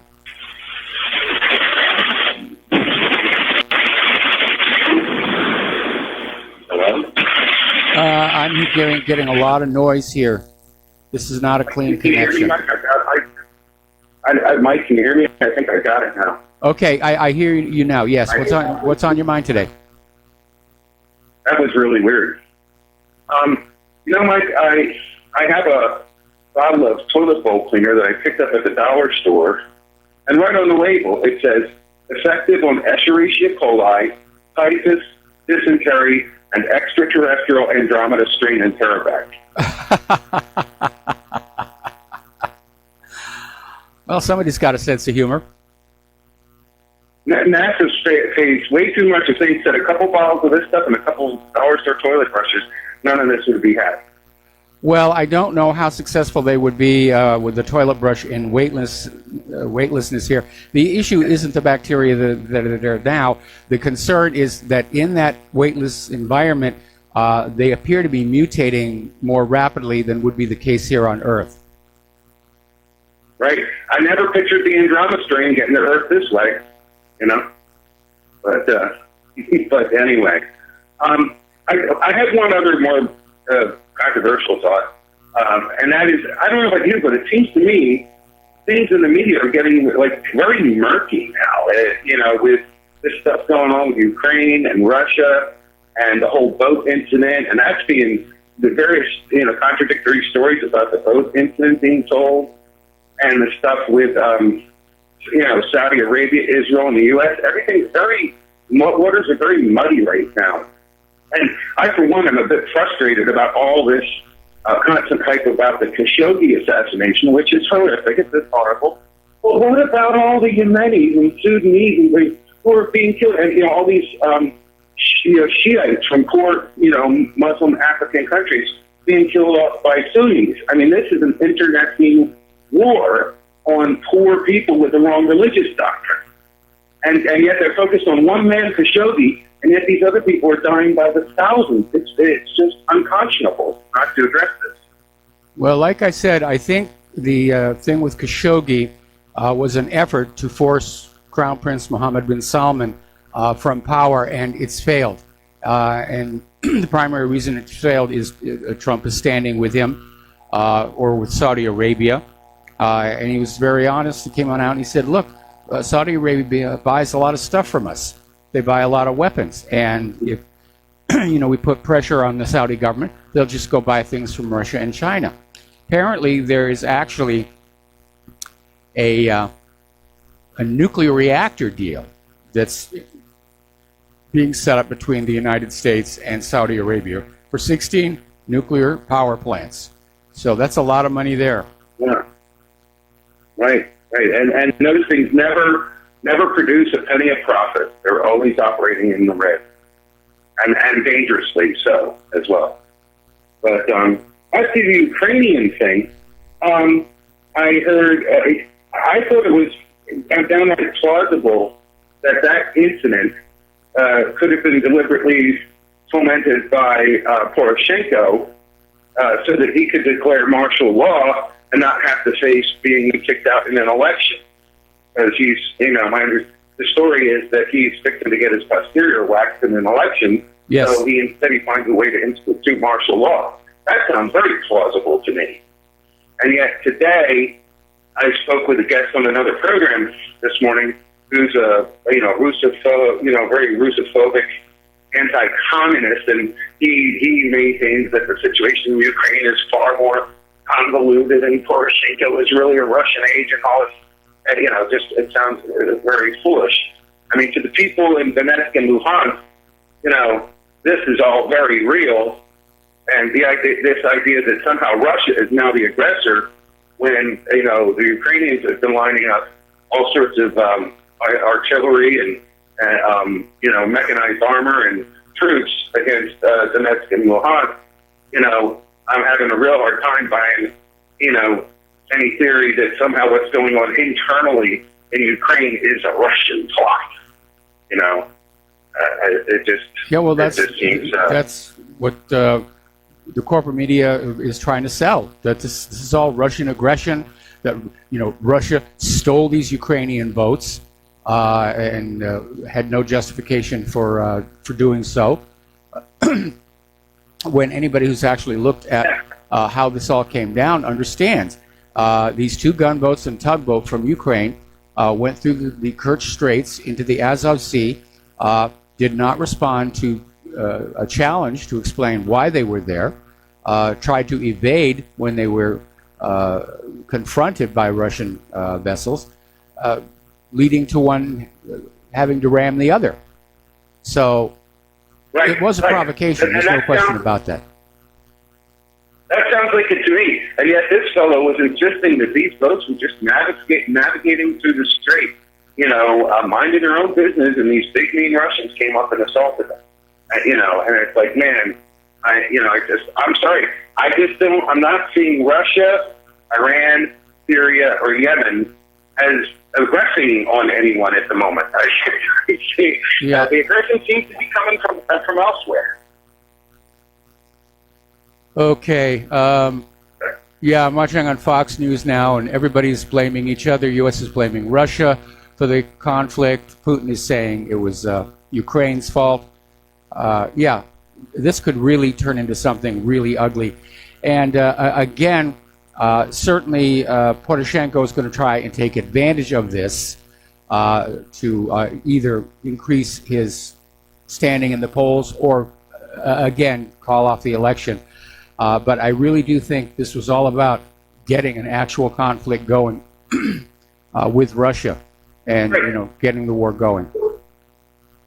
Well, the boat thing seems fairly clear-cut. Where exactly were they? Period. Were they infringing upon, a naval military harbor, of the Russians? Were they going under this bridge when they shouldn't have been there, or were they simply navigating out in the strait where they had a right to be? That seems to be the real issue to determine that, but we're not going to know. Well, the issue for the Russians is the Azov Sea is their territorial waters, and other countries are allowed to come in and sail around there to visit the various ports and harbors. But there are some rules. You have to basically say, "Hi, we're from wherever they're coming from, and we're going to sail through the Kerch Straits, and we're headed for this port." And these 3 ships from Ukraine simply did not do that. They simply charged right on through, and they had to know the Russians were going to respond to that. Right. So, like even here on RBN, there are various different perspectives. But I mean, this fellow who was on today, he's a rabid. Beware the commies. They're all lying low and all Bruce. They're going to come out and surprise, get you, and be very Russophobic. Be very, very Russophobic. And I'm just growing weary of all the false crisis. Quite annoying. So, all right, sir. Thank you. Take care. All right, thanks an awful lot. Thank you for the phone call. We're going to let you go. We're going to do a shout out to our honor affiliates just now rejoining the network, and we're going to take another call from Art off the grid. Aloha, Art. Welcome to the show. What's on your mind? Hey, Mike. I just got home, had surgery done on my shoulder today, so for all of you been asking, I made it home okay. Good. I'm fine, but something I noticed, for the past week, about every 2 days, I would get a phone call. Have you put your medical records online? Finally, about 3 days ago, I had to break down and Friday, I had to break down and tell them, stop calling me about this because I'm not putting my medical records online. And when they ask why, well, it's pretty simple. We constantly hear about people's ID being stolen on the internet when they're using their credit cards to buy things. Well, lo and behold, as I was on my way this morning, headed to the surgery center to have my shoulder operated on today, as we was driving into town, into Augusta, we heard on the radio that some company that deals with medical records, well, guess what? It's just been hacked. Yep. And they wonder why I don't want to put my medical records on the internet. But I've noticed also at the same time, while some places are willing to respect your desire to keep your private records private, there are those out there that are insisting that you cannot get medical procedures unless you put your information on the internet. Somehow we've got to fight back against this. So maybe this is something to look at, and maybe see if we can come up with some ideas of how we resist this push to put our medical records on the internet. And if we don't, we're denied service. Well, that is pretty strict. If I recall correctly, and I'm going from memory here, but I think as part of the Affordable Care Act, there was a mandate for the computerization of all medical records. And I'm against that for 3 reasons. One, because these medical servers do get hacked. They get hit with ransomware, and doctors can't get to your medical records to find out what treatments you've had or need to have next. The second issue, of course, is the issue of privacy. And the third one, of course, is a lot of this data is being mined and harvested for targeted advertising, for medical sales and so forth. So I understand that having the records on the computer is very fast and rapid and convenient, but I would like to see a paper backup. Yeah, there's got to be some kind of pushback, because this desire to go completely digital, I think, is a really, really bad idea, especially for people like me who are proactive in protecting our information. Yep. We need some kind of pushback against this so that we ensure that people like myself are able to use paper records and not be compelled to risk our medical data to just anybody out there looking to do no good. Thanks, Mike, and you have a great one, man. All right, thanks an awful lot. We're going to let you go. The phone lines are open again. And let's see. Oh, this is interesting. Apparently there was a major riot in central Kiev. 200 nationalist militants took over an entire shopping mall. The police made one arrest. Okay, let's get on back to the PC arena, as it were. Believe it or not, the Dorchester Historical Society, okay, was forced to pull an ad for Christmas because the snowflakes got offended.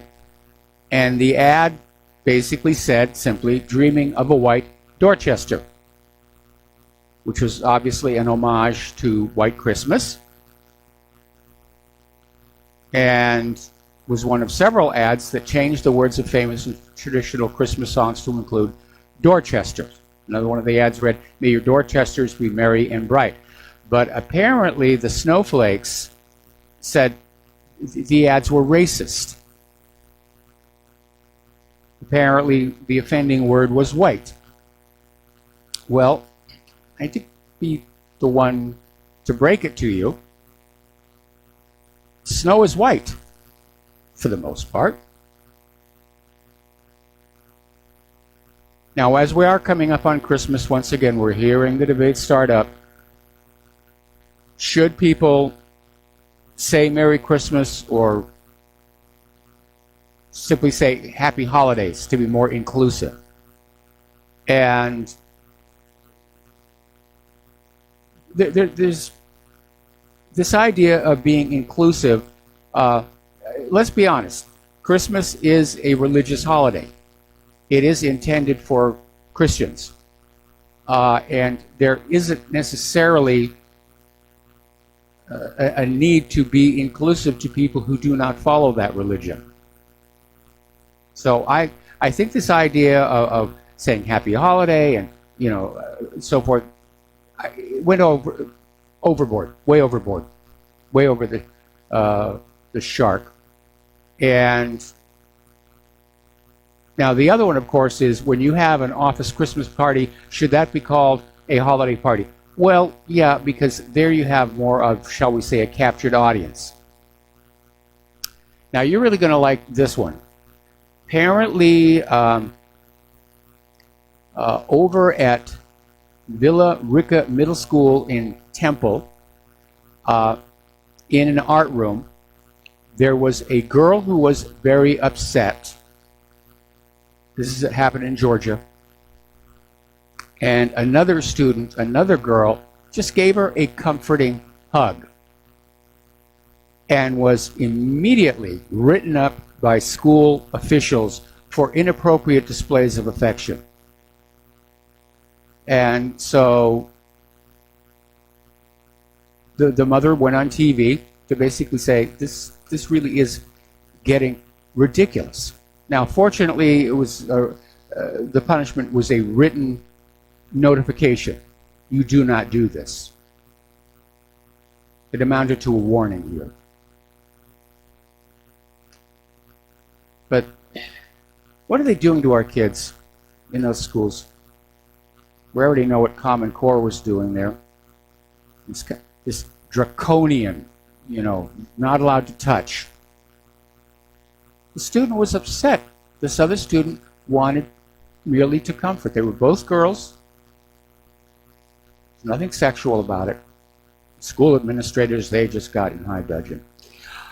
All right, over in New Mexico, the CDC has confirmed yet another case of this mysterious polio-like disease that we dare not call polio, and acute flaccid myelitis. That's what we're going to call it this time.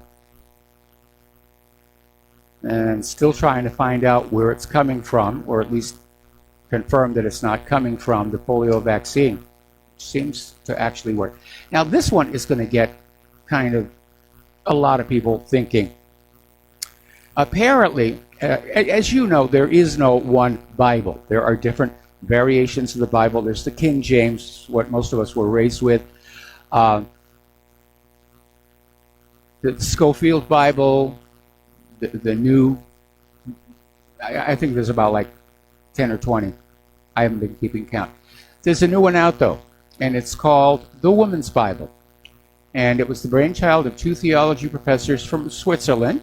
It started being sold last month. So this Lauriane Savoy and Elizabeth Parmentier of the University of Geneva joined forces with 18 other women, half of them Catholic, the rest varying denominations of Protestants, to create a version of the Bible that is applicable in the age of the hashtag #MeToo movement. And one of the things that they're doing is challenging traditional interpretations.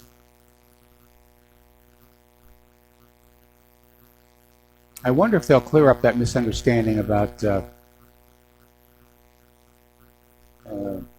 Jesus' bride, his wife, Mary Magdalene.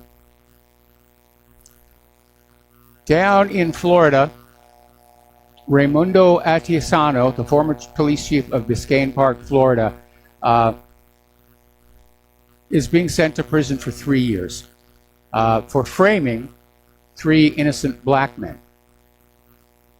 And Attiasano told a federal judge that, yes, he made some bad decisions, but he basically directed his officers to frame innocent men in a series of unsolved burglaries.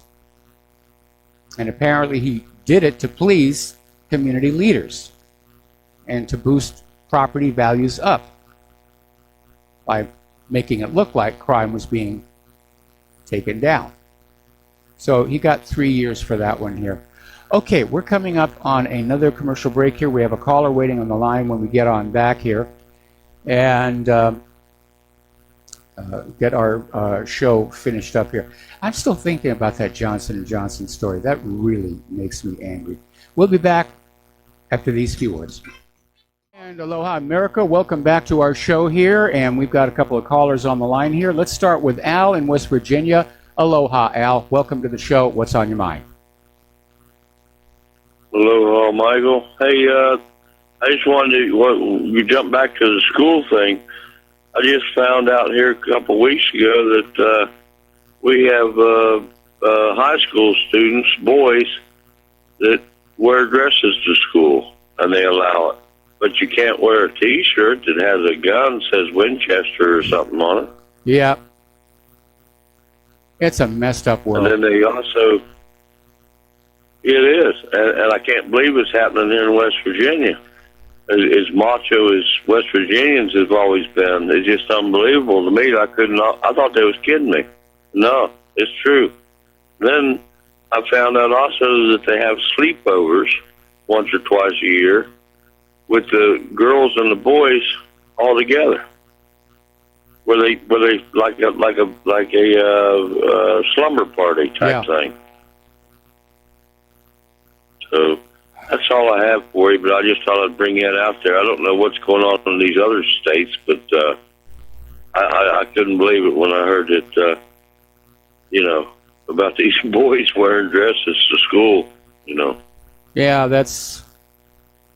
And in some states, students who claim to be the opposite gender are being allowed to use the showers and locker rooms.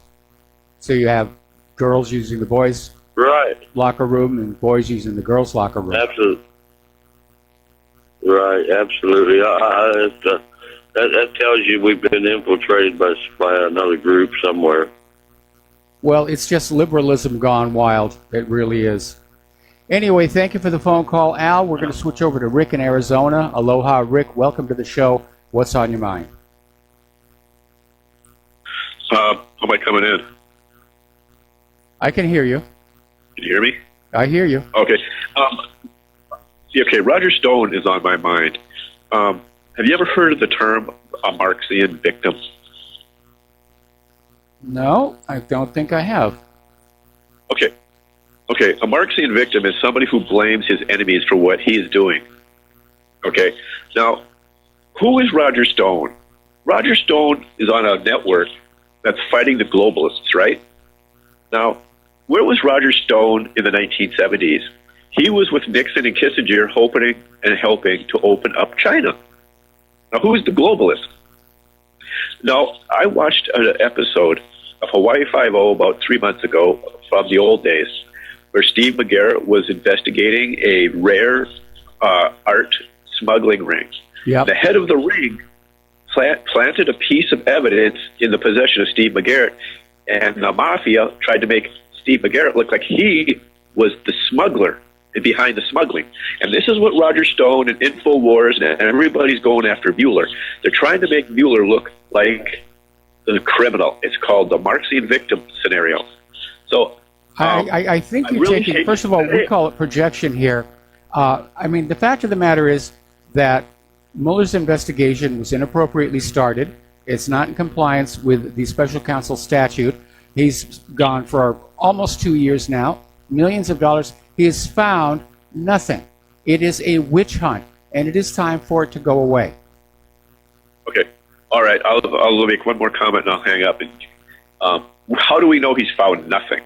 Now, Donald Trump could not own a casino in Nevada because he had too many organized crime connections. So it is fair to say that whatever they're investigating, if they don't have nothing, they have nothing. But Nevada would not let Trump come to town. Okay?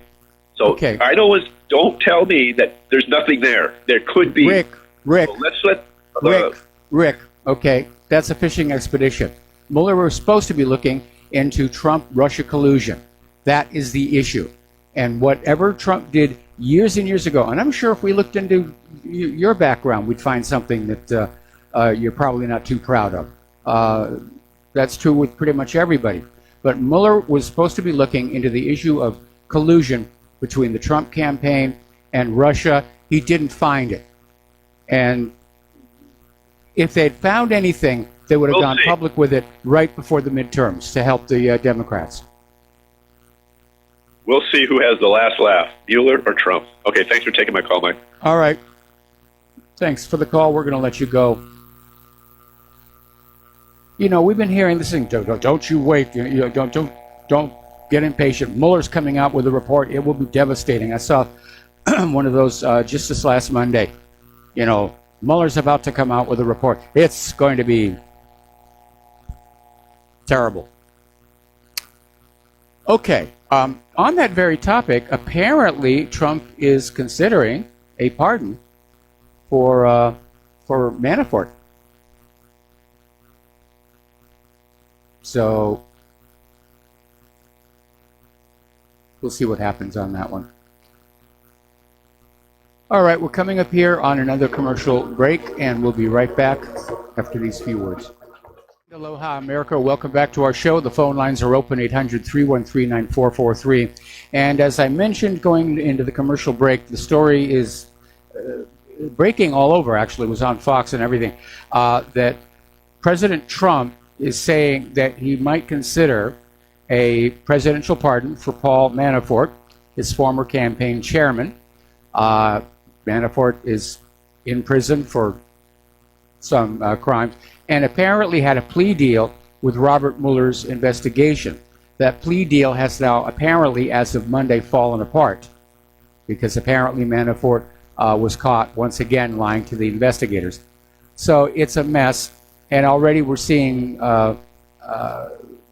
media like The Hill is out there saying this would be it. We can impeach Donald Trump for this. We could get a conviction for this. So I'm presuming Trump's lawyers are going to say basically the same thing. And it is a bit of a mess out there. What can I tell you? Down in Texas, lawmakers are trying to put through a bill, House Bill 357, the constitutional carry bill, which would no longer require gun owners to complete the process for a handgun license in order to carry their weapons in public. It's legal, open carry.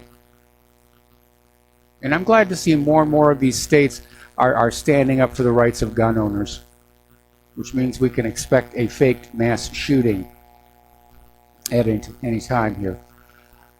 Okay, let's see. The other day we were talking about this terrible, terrible tragedy. Lion Air flight with a Boeing 737, Lion Air Flight 610. And apparently, before it actually crashed into the Java Sea, data recovered from the black box is saying this airplane went into a nosedive more than 20 times. And apparently, the anti-stall sensors repeatedly tripped off, saying the plane was on the verge of stalling, and the autopilot would put the plane into a dive to pick up airspeed. So these angle of attack sensors measure how well the plane's nose is positioned against the oncoming air. The sensors malfunction, pushing the aircraft's nose down 24 times in the span of just 10 minutes. That must have been a horrific experience for those poor people. And according to the investigating authorities, they're saying that the flight crew literally were fighting continuously to keep the plane level until the final crash.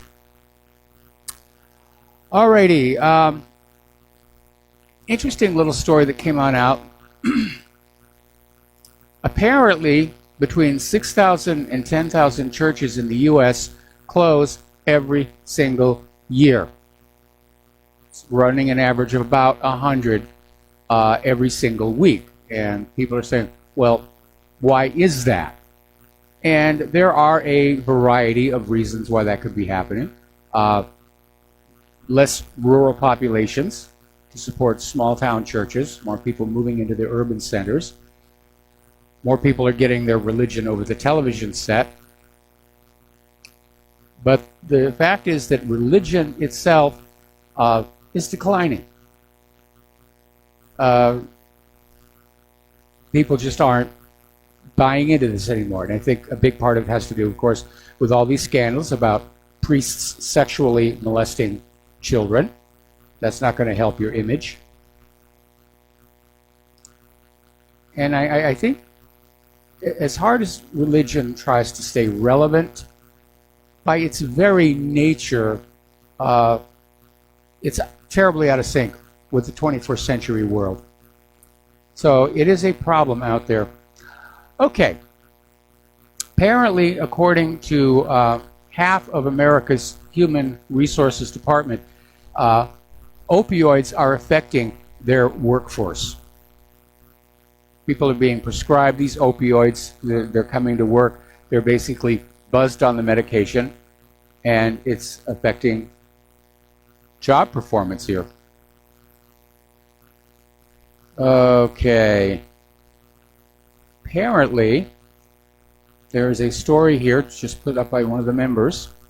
A mysterious radioactive heat source is melting Antarctica from below. Well, take that, Mr. Al Gore here. And they're basically saying that they have discovered this radioactive source. Now, it may be a heat plume from the Earth's core.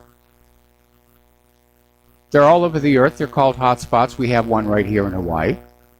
And we know that a great part of the Earth's internal temperature is coming from naturally occurring radioactive fission or decay.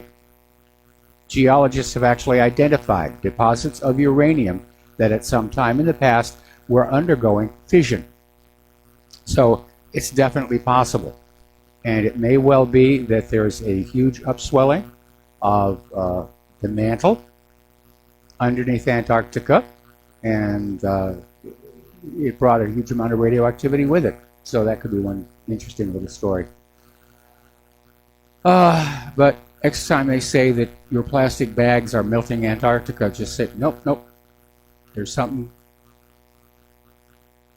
down there, radioactive, very, very hot. Okay, here's another story, and it's about more and more government basically deciding for us what we can and cannot have. Now, I grew up in an age where, you did what you wanted. You ate what you wanted to eat. You drank what you wanted to drink. And yes, people smoked. My grandfather smoked. My mother smoked. It did catch up with her. And there was a time when smoking became a socially engineered target of government health nannies. And everybody said, okay, we got to do this because, yeah, it involves health. But once they got started, they start going after everything. The government health nannies are after fat, sugar, caffeine. Now there's a war on soda. We drive around here, and there are these commercials being run. The campaign is called Rethink Your Drink. And it's all about quitting the sugary sodas and shifting to water, which I admit is a good thing. And I don't drink sugary sodas anymore. I haven't for many, many years. But now the experts are saying there needs to be a war on meat, on steak. And the way they're going to enforce it is by putting on a 160% meat tax anytime you want a steak or a hamburger, or bacon with breakfast, or craving a ham sandwich. So basically, the idea is to regulate red and processed meat consumption, similar to other carcinogens and foods for public health concerns. And of course, this is going to be an economic disaster for farmers and ranchers. 160%. So, anyway, we're getting yet another warning from the Russians that ISIS is going to launch a false flag chemical attack on the Syrian Kurds. Russia says they're monitoring the situation, and they're saying that ISIS terrorists are plotting to shell Kurdish-led militia with chemical-filled munitions in Deir ez-Zor. And they want to frame Damascus for the attack to trigger new U.S.-led airstrikes. Well, that might get very, very interesting. We're going to get a chance to see just how good those S-300 missiles are.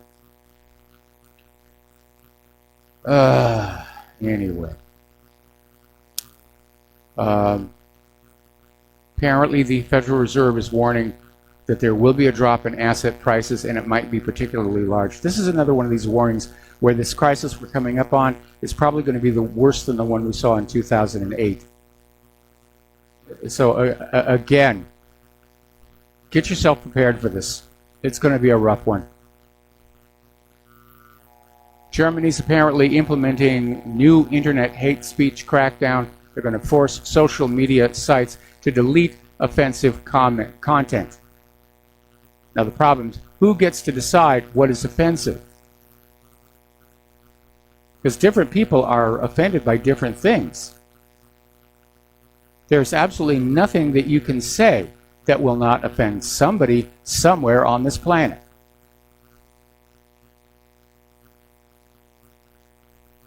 So, alrighty, let's see.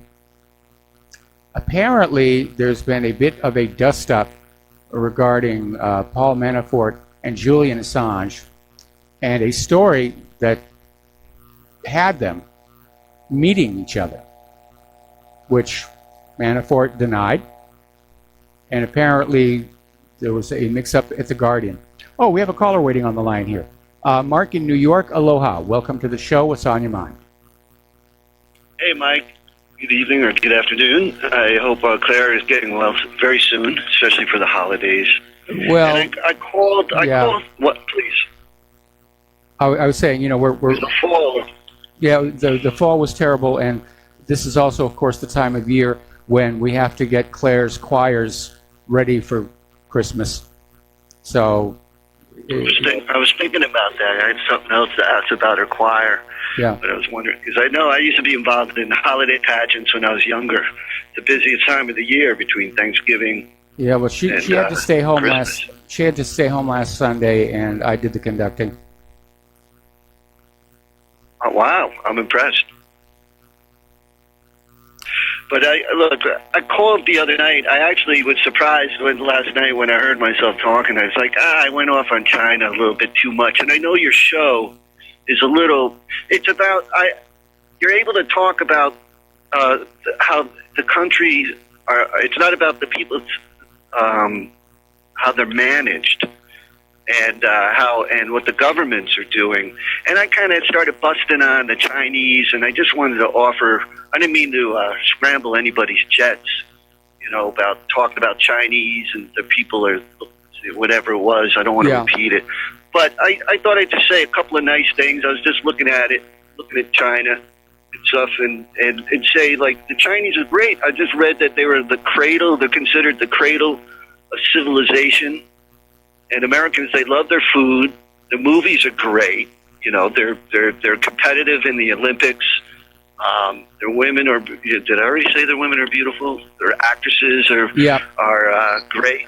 In the military movies, are going to make some great movies and so on. So I wanted just to mention that.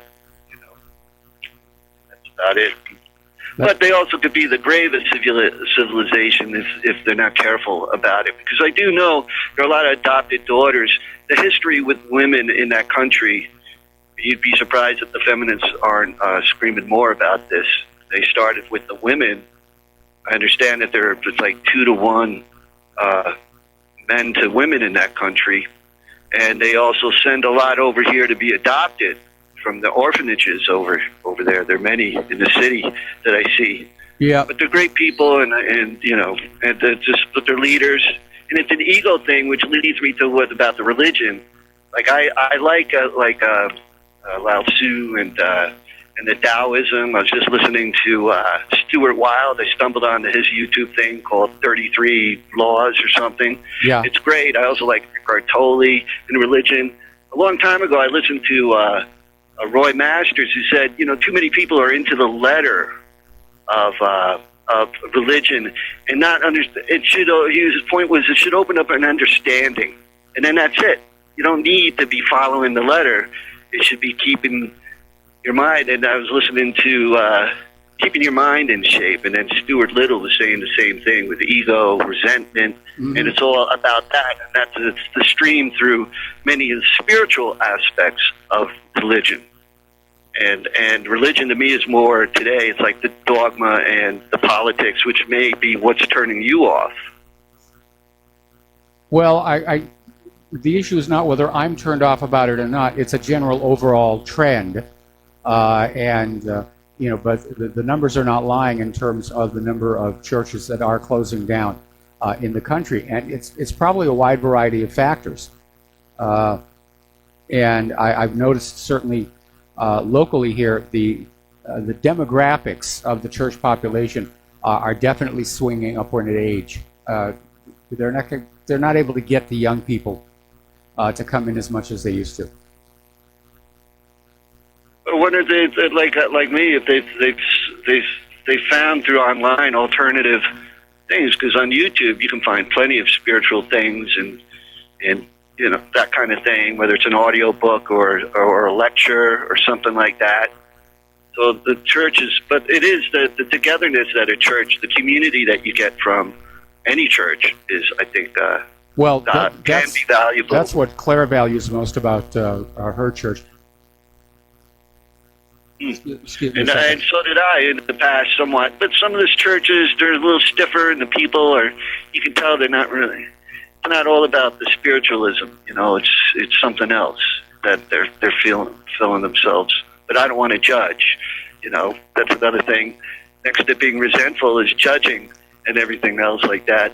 But another thing I heard, I wasn't making a point, though, and just one other point about the California thing that I meant the other night, that if you take away California in the 2016 election,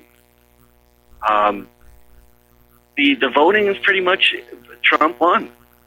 But with California, that gave him the popular vote. That pushed him over that popular vote for 3 million. That the media keeps saying he won the popular vote. But without California, everything would be in Trump's favor. I think you've got it kind of backwards. Hillary Clinton won the popular vote. Trump won through the Electoral College. And the big issue is how many illegals voted. Because we know that a lot of people The Democrats weren't even trying to hide it during the midterms. They were just bringing them in and just cranking out the votes as fast as they could.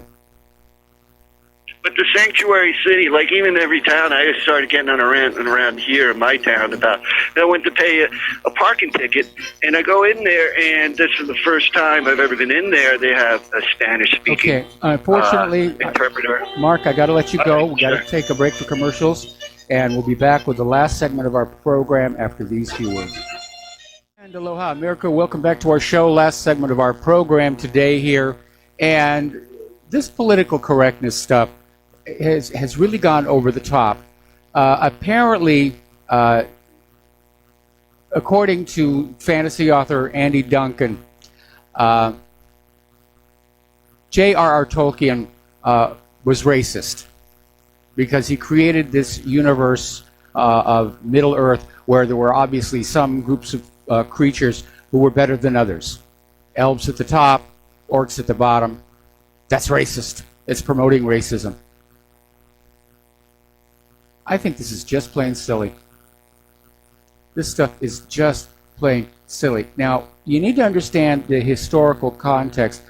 J.R.R. Tolkien got started writing, creating these little short stories and drawings to send to his son, who was serving in the military and appreciated the entertainment, and shared them with his fellow soldiers. And that's where Tolkien's reputation kind of got started. And was the Father Christmas letters. So after the war was all over, he started working, first of all, on The Hobbit, and then beyond that, of course, his much larger work, The Lord of the Rings, which was a more or less metaphorical retelling of World War II. And yes, in war, there are the good guys, there are the bad guys. And it just seems in this day and age, liberalism has just reached a point where everything is being criticized, not for what it says, but how it says it. Can't say White Christmas. Oh, and by the way, I got an email from somebody up in Canada who says, yes, it's snowing up there right now, and yes, the snow is white. Deal with it. Mother Nature is racist. Who knew all this time?